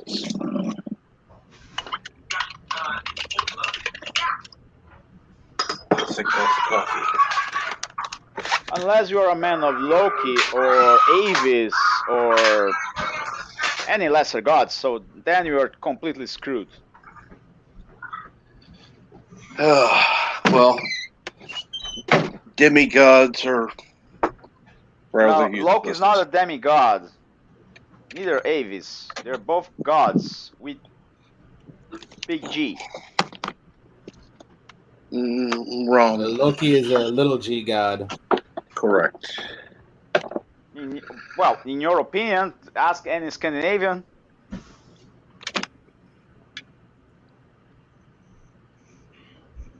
Polytheism requires little G gods. No, you have gods with big G or demigods who are sons of gods or daughters of gods. You don't have gods with little G's. Yes, you do. The only god who is with a big G is the one who. Well, there's only one god with the big G. That's all I'm going to say. And that's your opinion. That is a common practice. Only among around something like 3.5 billion people. I don't think even the Jews agree with that. I certainly know a few 1.4 billion Hindus who completely disagree with that. The Hindus don't have gods. Oh, they had lots of gods. They have many gods. Or no, yeah, that's the Buddhist something. Hindus, yeah, they have a lot of little gods. They have They- lots of many kick-ass gods. Don't mess But with the Hindus. being a lot of them, there's no one that is absolutely supreme among all there of is them. one who is absolutely supreme above all of them. But they are all gods with big G's. The closest they get is to, or any of them get, is like having Zeus over the other god being king and basically controlling the other gods. But they're still, since absolute Can't divinity control- is divided, it's all still little g gods. Where is the fun on controlling the other gods? Come on, allow them to go around and mess with the humans. Where is the fun on controlling people? Come on. That's where all dictatorships fail. Don't control the people. It's not gonna work. You will fail. Then it's not really a dictatorship.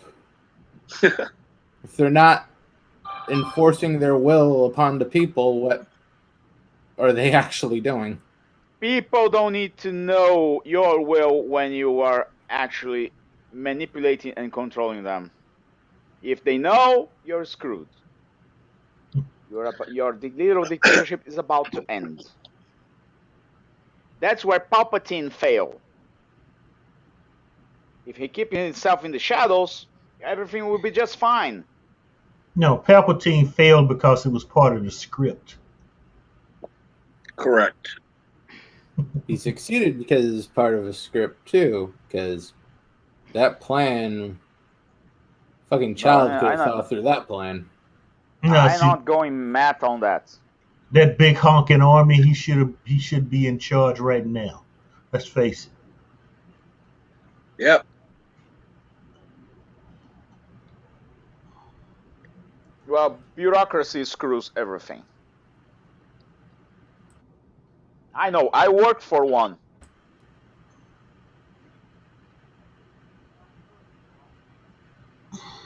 The levels of incompetence are unbelievable. I'll be nice. I'll be nice.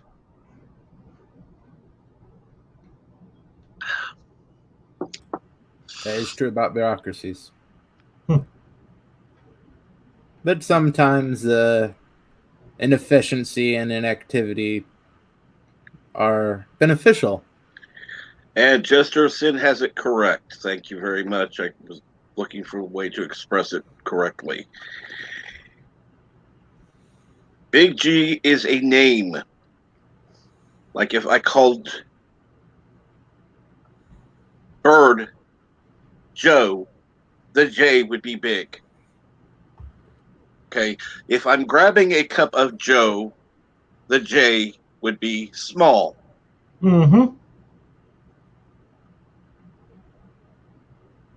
How do you grab a cup of God? God, how do you... meaning the name of God, the deity. It's Little always G is for the description of a lesser god. Like, Okay, what's no, your that's plan always to the grab... proper noun. What's your plan to grab a cup of God Emperor Bird of Prey 5? again, bird, meaning the person, B would be big. Bird, meaning the cup of beverage, would be small. It's that simple.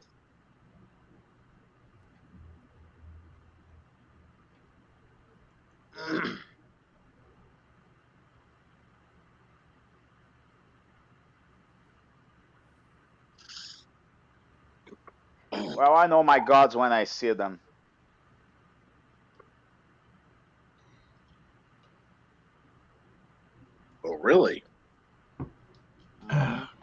There's one right there on screen.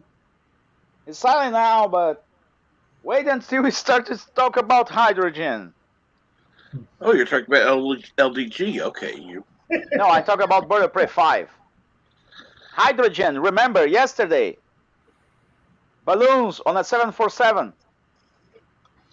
Oh yes, yes. He Airliners exploding on landing. Yes, he wants to make hydrogen bomb planes. You're right. I forgot. Yeah. What? Yeah. See, this is what happens when you miss a day. You should watch yesterday's show. It was amazing. I was not the insane one for a change. I took yesterday off from work and I slept most of the day. So. And yes, during that stream, go on. On the panel, there was very little sanity. But, however, yesterday, in a rare exception to the case, Live at the Love Shack was among those who was actually acting sane. Yes! Wow. Thank you! Damn! Thank you, sir! Thank I missed you! so much only showing up on the Finally some recognition. As Jesus I Christ. said, Is really that hard? rare exception.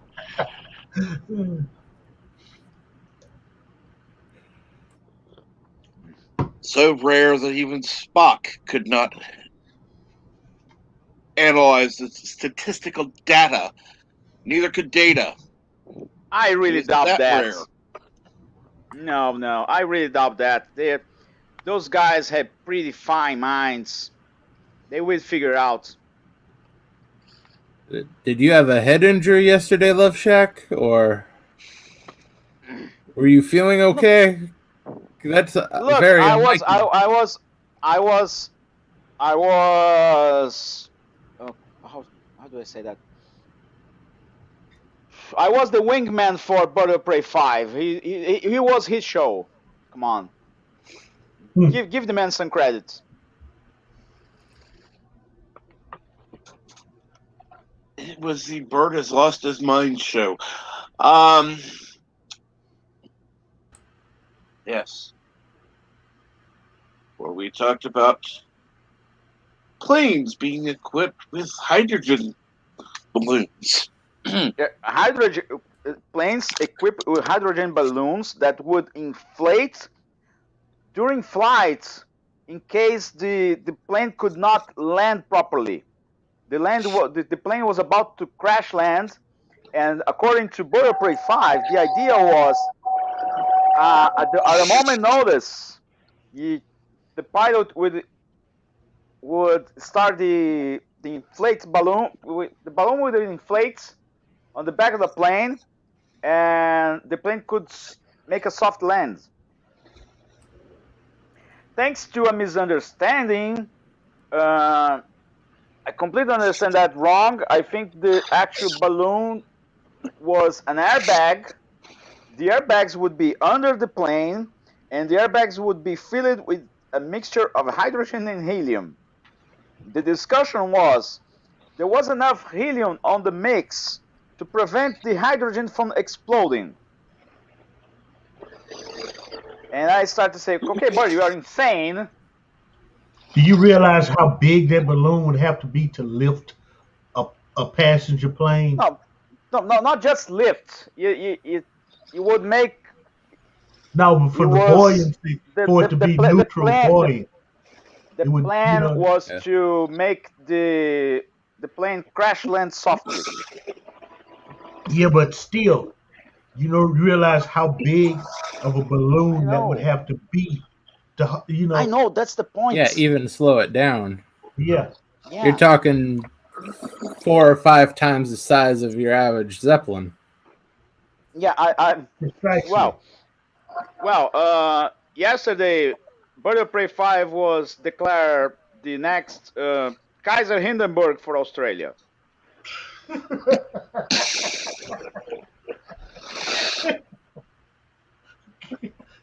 Oh God. Again, check the last show. And then I said to Bird, you can have that amount of canisters of helium and hydrogen to inflate the balloon and have passengers at the same time. You must pick one of the other. So you can either give a parachute for every passenger, or a ejection seat, or a jetpack, or what's the other option? coming up with a tractor beam is No, a more that was too practical fancy. solution. Koroga Airlines cannot pay for a tractor beam. Sorry, no. It's a more viable You can get. solution than the helium. Let's face You can it. get. I know. I agree with that. I honestly agree with that. But you have as a passenger on Koroga Airlines, you have the option for A, an ejection seat, B, a parachute, C, a jetpack, and the last option. That's the fun part. The last option would be a raft, an inflatable raft. Remember Indiana Jones in the Temple of Doom? That's what you. What? That's what you can get from Koroga Airlines. If you can afford a jetpack, an ejection seat, or a parachute, we can give you a raft. The tricky part is when the raft starts to inflate. The raft is inflated with hydrogen. So get ready for impact when that thing hits the floor. It hits the ground. You can get a raft. Good luck. Oh, dear Lord. We've got, as I said, we've got. Yeah, so yesterday was bird of prey crazy time. Very. Very. Yeah. Oh, I almost forgot. We catch any big geek on a trap. You must look the yesterday show and see that. I go on the, I get the exact time frame on the comments. We made it. Elihu tried to get that trap on me. I didn't fall for it. Then I go around, type the trap back on the chat room. I talk to any big geek. Okay, dude. Hey, dude. Check that on the chat room. And he goes. He reads. He didn't think about it. He laughs. He comes back to me and says, "Oh, dude, I don't know what." And he says the phrase. Uh-huh. And the trap springs out and everybody started laughing. I will not say the phrase, but check it out. Well, let's put it this way. The phrase has to do with a solid form of water, a bird, and a form of milk. A form of ice cream support. A product of cows. A milkshake? No. Ice.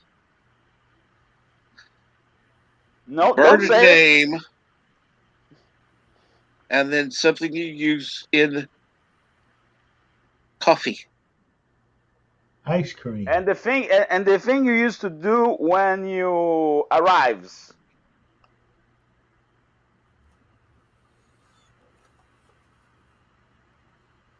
Okay.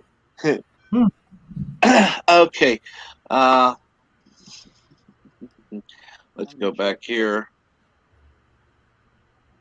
Let's go to the backstage for a moment and go.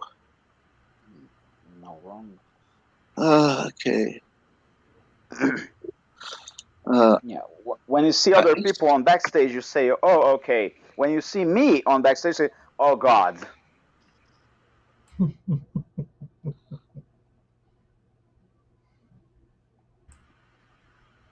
Well, that's because he needs the censor button ready. And possibly a volume.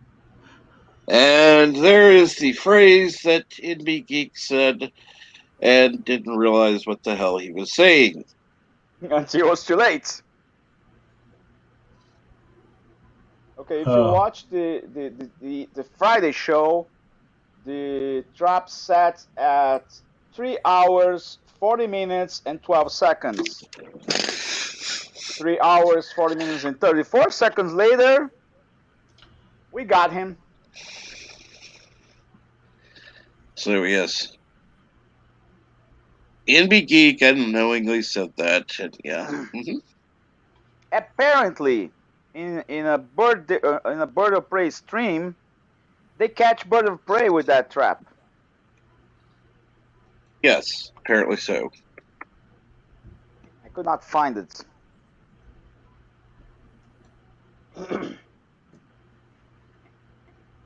And Milton Knowles has been busy in the chat this morning. I do appreciate that. And yes, Jestrus and the English language is not simple. No, the English language is pretty fine. There are worse languages than English.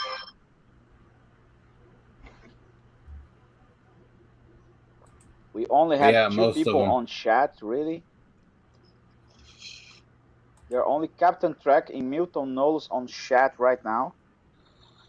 That can't be right. There's 17 people in chat.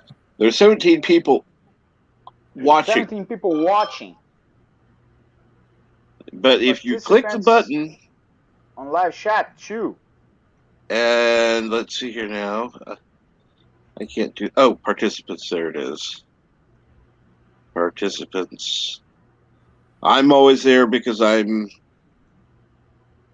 And there we go. Show. Now we have a few more showing because. Okay, now. Okay, well, now looks. Oh yes. Looks normal. Yes, it does. 5 people. So. And I still don't have a wrench. Okay. I know. That would be. Go on. That would be like. Oh, I don't know. That'd be like giving dynamite to a 3-year-old.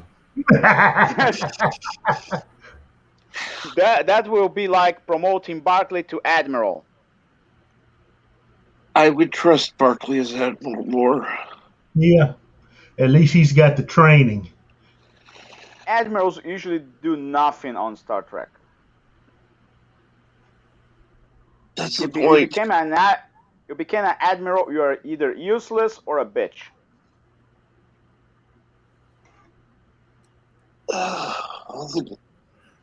I know a few people who would qualify.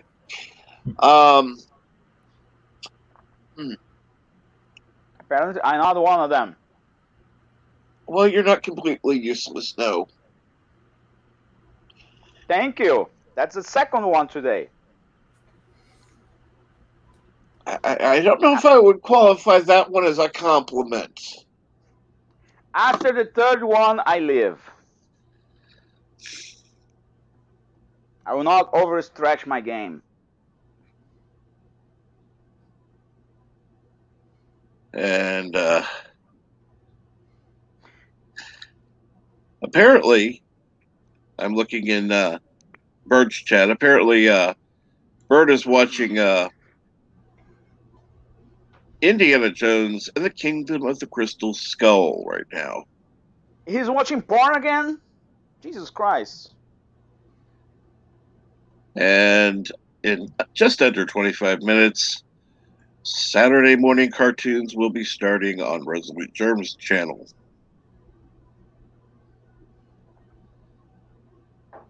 back. Let me see here. What do you have for Mr. Londell's channel today? Well, why don't we ask him?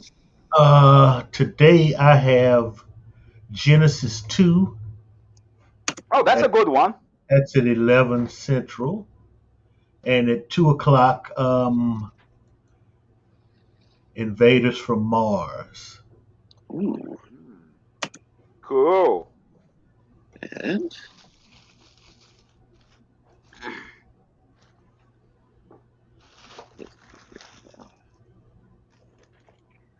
Mr. Londell, after Pirate Bay, you are the best. And let's see here. I'm going to go ahead and put this in the stream. And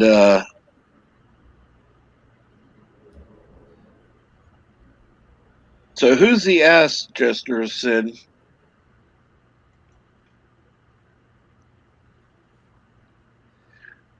Philip Gaming says Genesis 2. That's a good game system.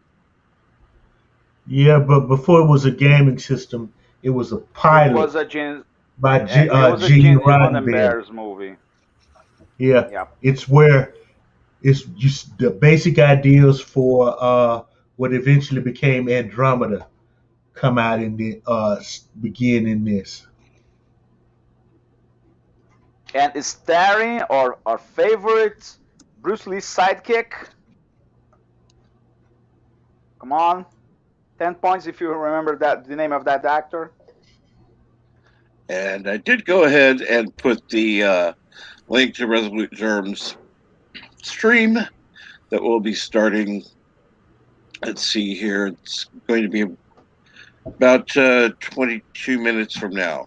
You can go ahead and open that up in another tab and either set a reminder or just keep over there and wait until it starts. And in fact, I will go ahead and replace the pinned comment so that anyone who wishes can go over and watch with us. You will have the links to be able to join the panel as well as join the watch party in the chat over there.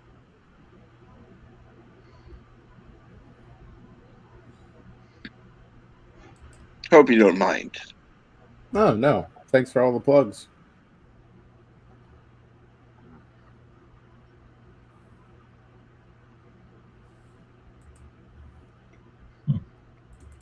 And now all I have to do is get this damn Chrome working. Well, how long have you had it open? Did you just turn on your computer this morning, or have you had it on? It's been in sleep mode. Ah.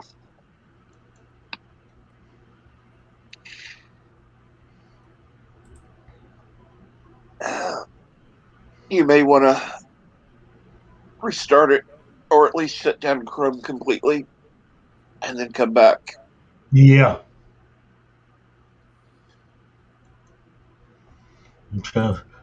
I don't even use sleep mode. I mean, that's. Damn it. And if you just close it down completely, make sure all the instances are closed, then come back in, everything should still be there, and you should be able to pop right back in where you need to.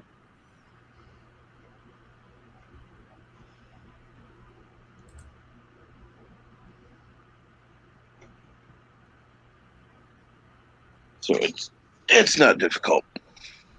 Yeah. And I will say Saturday morning cartoons is actually one of the things I actually look forward to each week.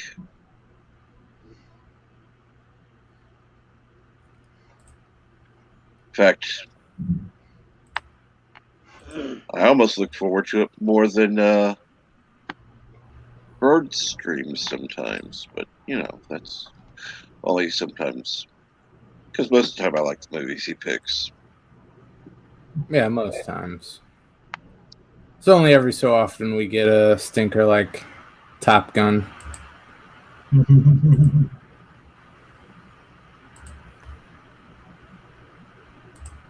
I don't remember that movie being that horrible.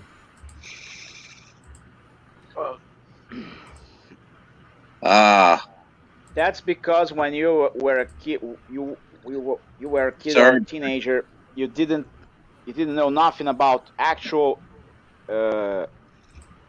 combat flights or modern aircraft. Hope I didn't offend you, Bird. Yeah, that and that was part of the Reagan administration. You know, he was making Americans proud to be Americans again. It's the best Tony Scott movie. I just got a Oh my God, he's alive! Yeah, sorry, I But you go to came Georgia up for there. those cigarettes. Yeah, tell me about it, right? Why can I still hear you guys in this? Oh, that's just me. All right. Yeah, so we just got a update on Bird's Twitter. Today's movie has been changed to Ghost. Yeah. Why? I don't know. Whatever you guys just said to piss him off. He must be playing another good movie. No joke. No joke. Oh, he's gonna play the Whoopi Goldberg travesty. Yeah. Oh my. And you get to see Yeah. Patrick Swayze and what's the name do the nasty Yeah. on a potter's wheel. Okay.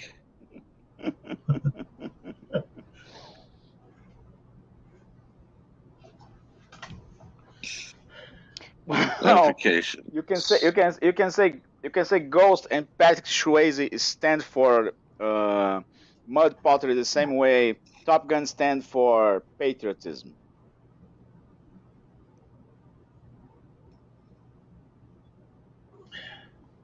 Okay.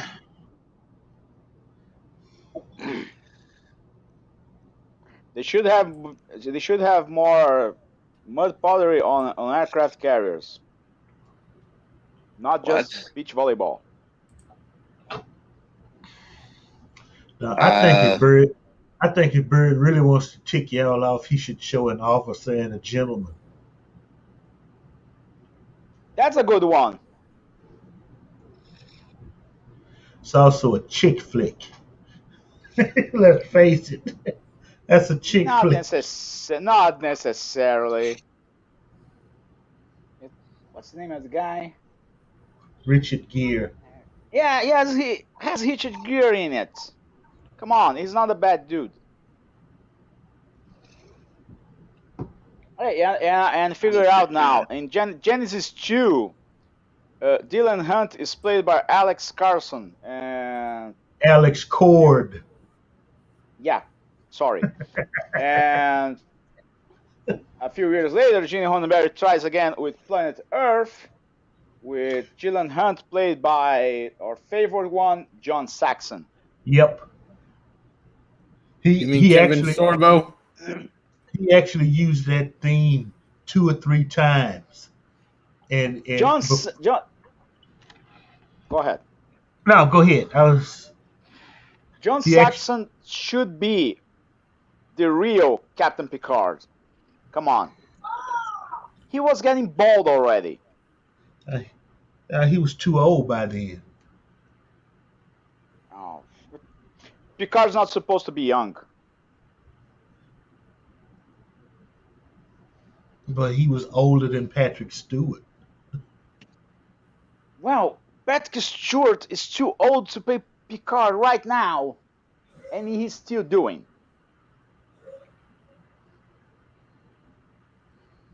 John Saxon would be perfect for the 80s. Why? Because the guy is awesome. The guy plays side by side with Bruce Lee. The guy was in a lot of movies that I praise, worship, and love. like Turn This to Down, Enter the Dragon. What else he did? Let me check here. I don't know. John Saxon is on par with William Shatner. Come on. The only difference between John Saxon and William Shatner is the fact that William Shatner has an ego the size of V'ger. Nothing wrong with that. And Milton Knowles said, nothing wrong with that until you collapse above your own gravity and became a black hole. Top Gun was good for reminding us what sort of movie not to watch. Look, for military buffs, more ridiculous than Top Gun would only be Iron Eagle. They catch an F-16 on the United States and go straight to Libya. No, I liked Iron Eagle. Okay, I like Iron Eagle too, but from a technical perspective, that would never gonna work unless you are on Aviano, Italy. Well, okay, maybe you can fly a plane from Italy to Libya, no problem, but straight from the desert in the United States, direct to Libya, no way. Look, sometimes the Air Force are fools, but not that fool. And good morning, PCAT. How are you this morning? PCAT says, best John Saxon movie, Black Christmas. And love Iron Eagle. I don't think I've ever seen Black Christmas. Black Christmas? I have, but it's been years ago. It's B-grade sci-fi like he normally does. I don't know. Black Christmas. Black Christmas, IMDb 1974. There was also one 2018. I seriously doubt he's talking about that. Okay, Mr. Lavelle, you have a winner. Original title: Silent Night, Evil Night. Black Christmas. During their Christmas break, a group of sorority girls are stalked by a stranger. Oh, that's the worst kind of stranger. Christmas time. Okay. It's time for Christmas break, and the sorority sisters make plans for the holiday. But the strange anonymous phone calls are beginning to put them on edge. When Claire disappears, they contact the police, who don't express much concern. Meanwhile, Jess is planning to get an abortion, but her boyfriend Peter is very much against it. The police finally begin to get concerned when a 13-year-old girl is found dead in the park. While they set up a fire trap to the sorority house, but will they be in time to prevent a sorority girl attrition problem? Okay, he's playing a cop in that movie, isn't he? Yes.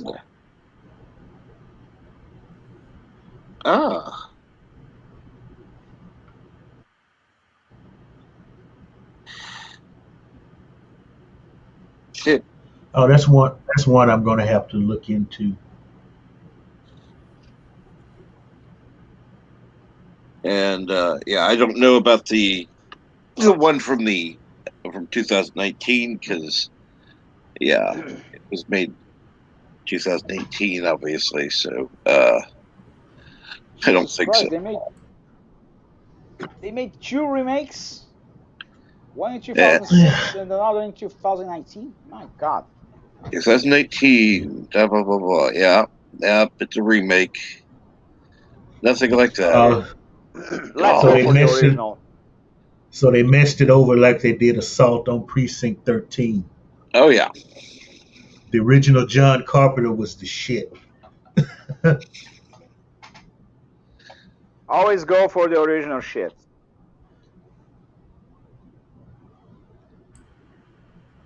You can learn And otherwise. Resolute Germ starts in about 9 minutes. He's already over there taking care of the links. Thank you, Resolute Germ. It'll be good to join you over there in a little bit. You're starting to sound like Sulu. What are you talking about? You're announcing the countdown. It's a cartoon show. It's not a self-destruction sequence.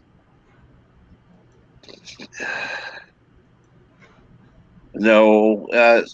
First of all, he would have gone by the seconds, and I didn't. Second of all, it would have been constant. We would have been talking about it, and I would have interrupted each time. No.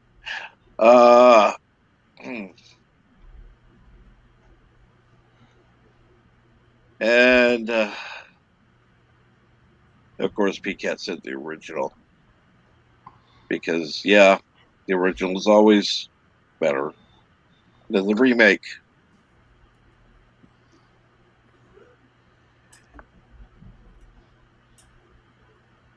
And while sometime in the future, go ahead. Sometime in the future on the cartoon shows, please go ahead and do it. Either a Thundercats or a Silverhawks episode, please. Well, they're going to be in the lineup. Once we get to the current set, I'm going to start throwing in some shorter run series. Thank you. Duck Dodgers in the 25th and a half century. Yeah.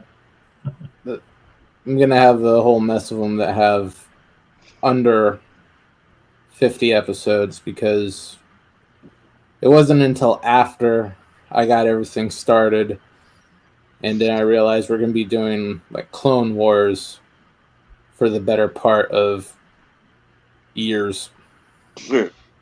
And Darkwing Duck is going to take about 2 years to get through. Yep. Mm-hmm. And by years, do you mean the following continuous tetracentines? If we do it every Saturday, it's going to take years to get through them all. Do you have any idea what a tetracentine means? I don't know at this moment. I need more coffee. That's equal. That's a quarantine plus 10.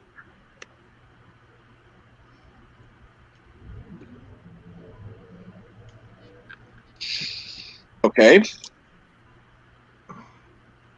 We already went through the first one. We are now on the second one.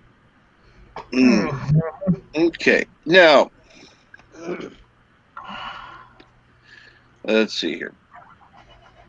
Or as I like to call it, the first one was COVID season 1, and the second is COVID season 2.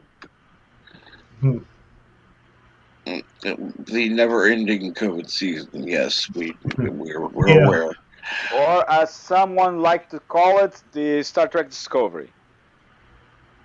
No, at least that shit ends. When it's gonna end? Because it should have ended at the first season, and it didn't. I know. Jesus Christ, man! Finish that. The horse is already dead. Jesus Christ! Give me a shovel. Well, as I like to say, Discovery is the replicated apple of the Star Trek universe. Oh, don't remind me that.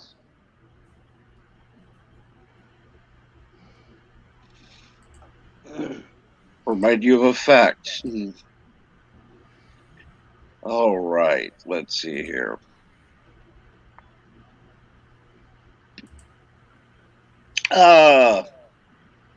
Mr. Lundell, what do you got coming up today again, please? Genesis 2, that's at 11 Central. And at 2 Central, Alien Invaders. Awesome. I think I got the name right. The movie about the kid that Martians landed. Yeah, Invaders from Mars. Invaders from Mars. Yeah, Followed by the kid followed who by about the kid who says Martians have landed in his backyard. followed by asteroids. I would definitely recommend going to watch that if that's something you're interested in seeing. I definitely would love to watch it. I may have to watch it on the replay, but Yeah. And of course, let's see here. Bird is going to be going live Resolute Germ is going live in about for 3 minutes. Mm-hmm. And Bird's going to be going live in about 3 hours. It says 4, but it's going to, When's whatever. Rezo going live? Don't you mean 3 hours and 40 minutes? Whatever. 3 hours. Going live in about 3 minutes. 3 minutes until Resolute Germ goes live. I'm sure people can join you over in the backstage, LDG. If you would type in chat, please, I want to check something. Do you have a wrench now or not? You and me? I don't think so. Let me see. Type in chat, please.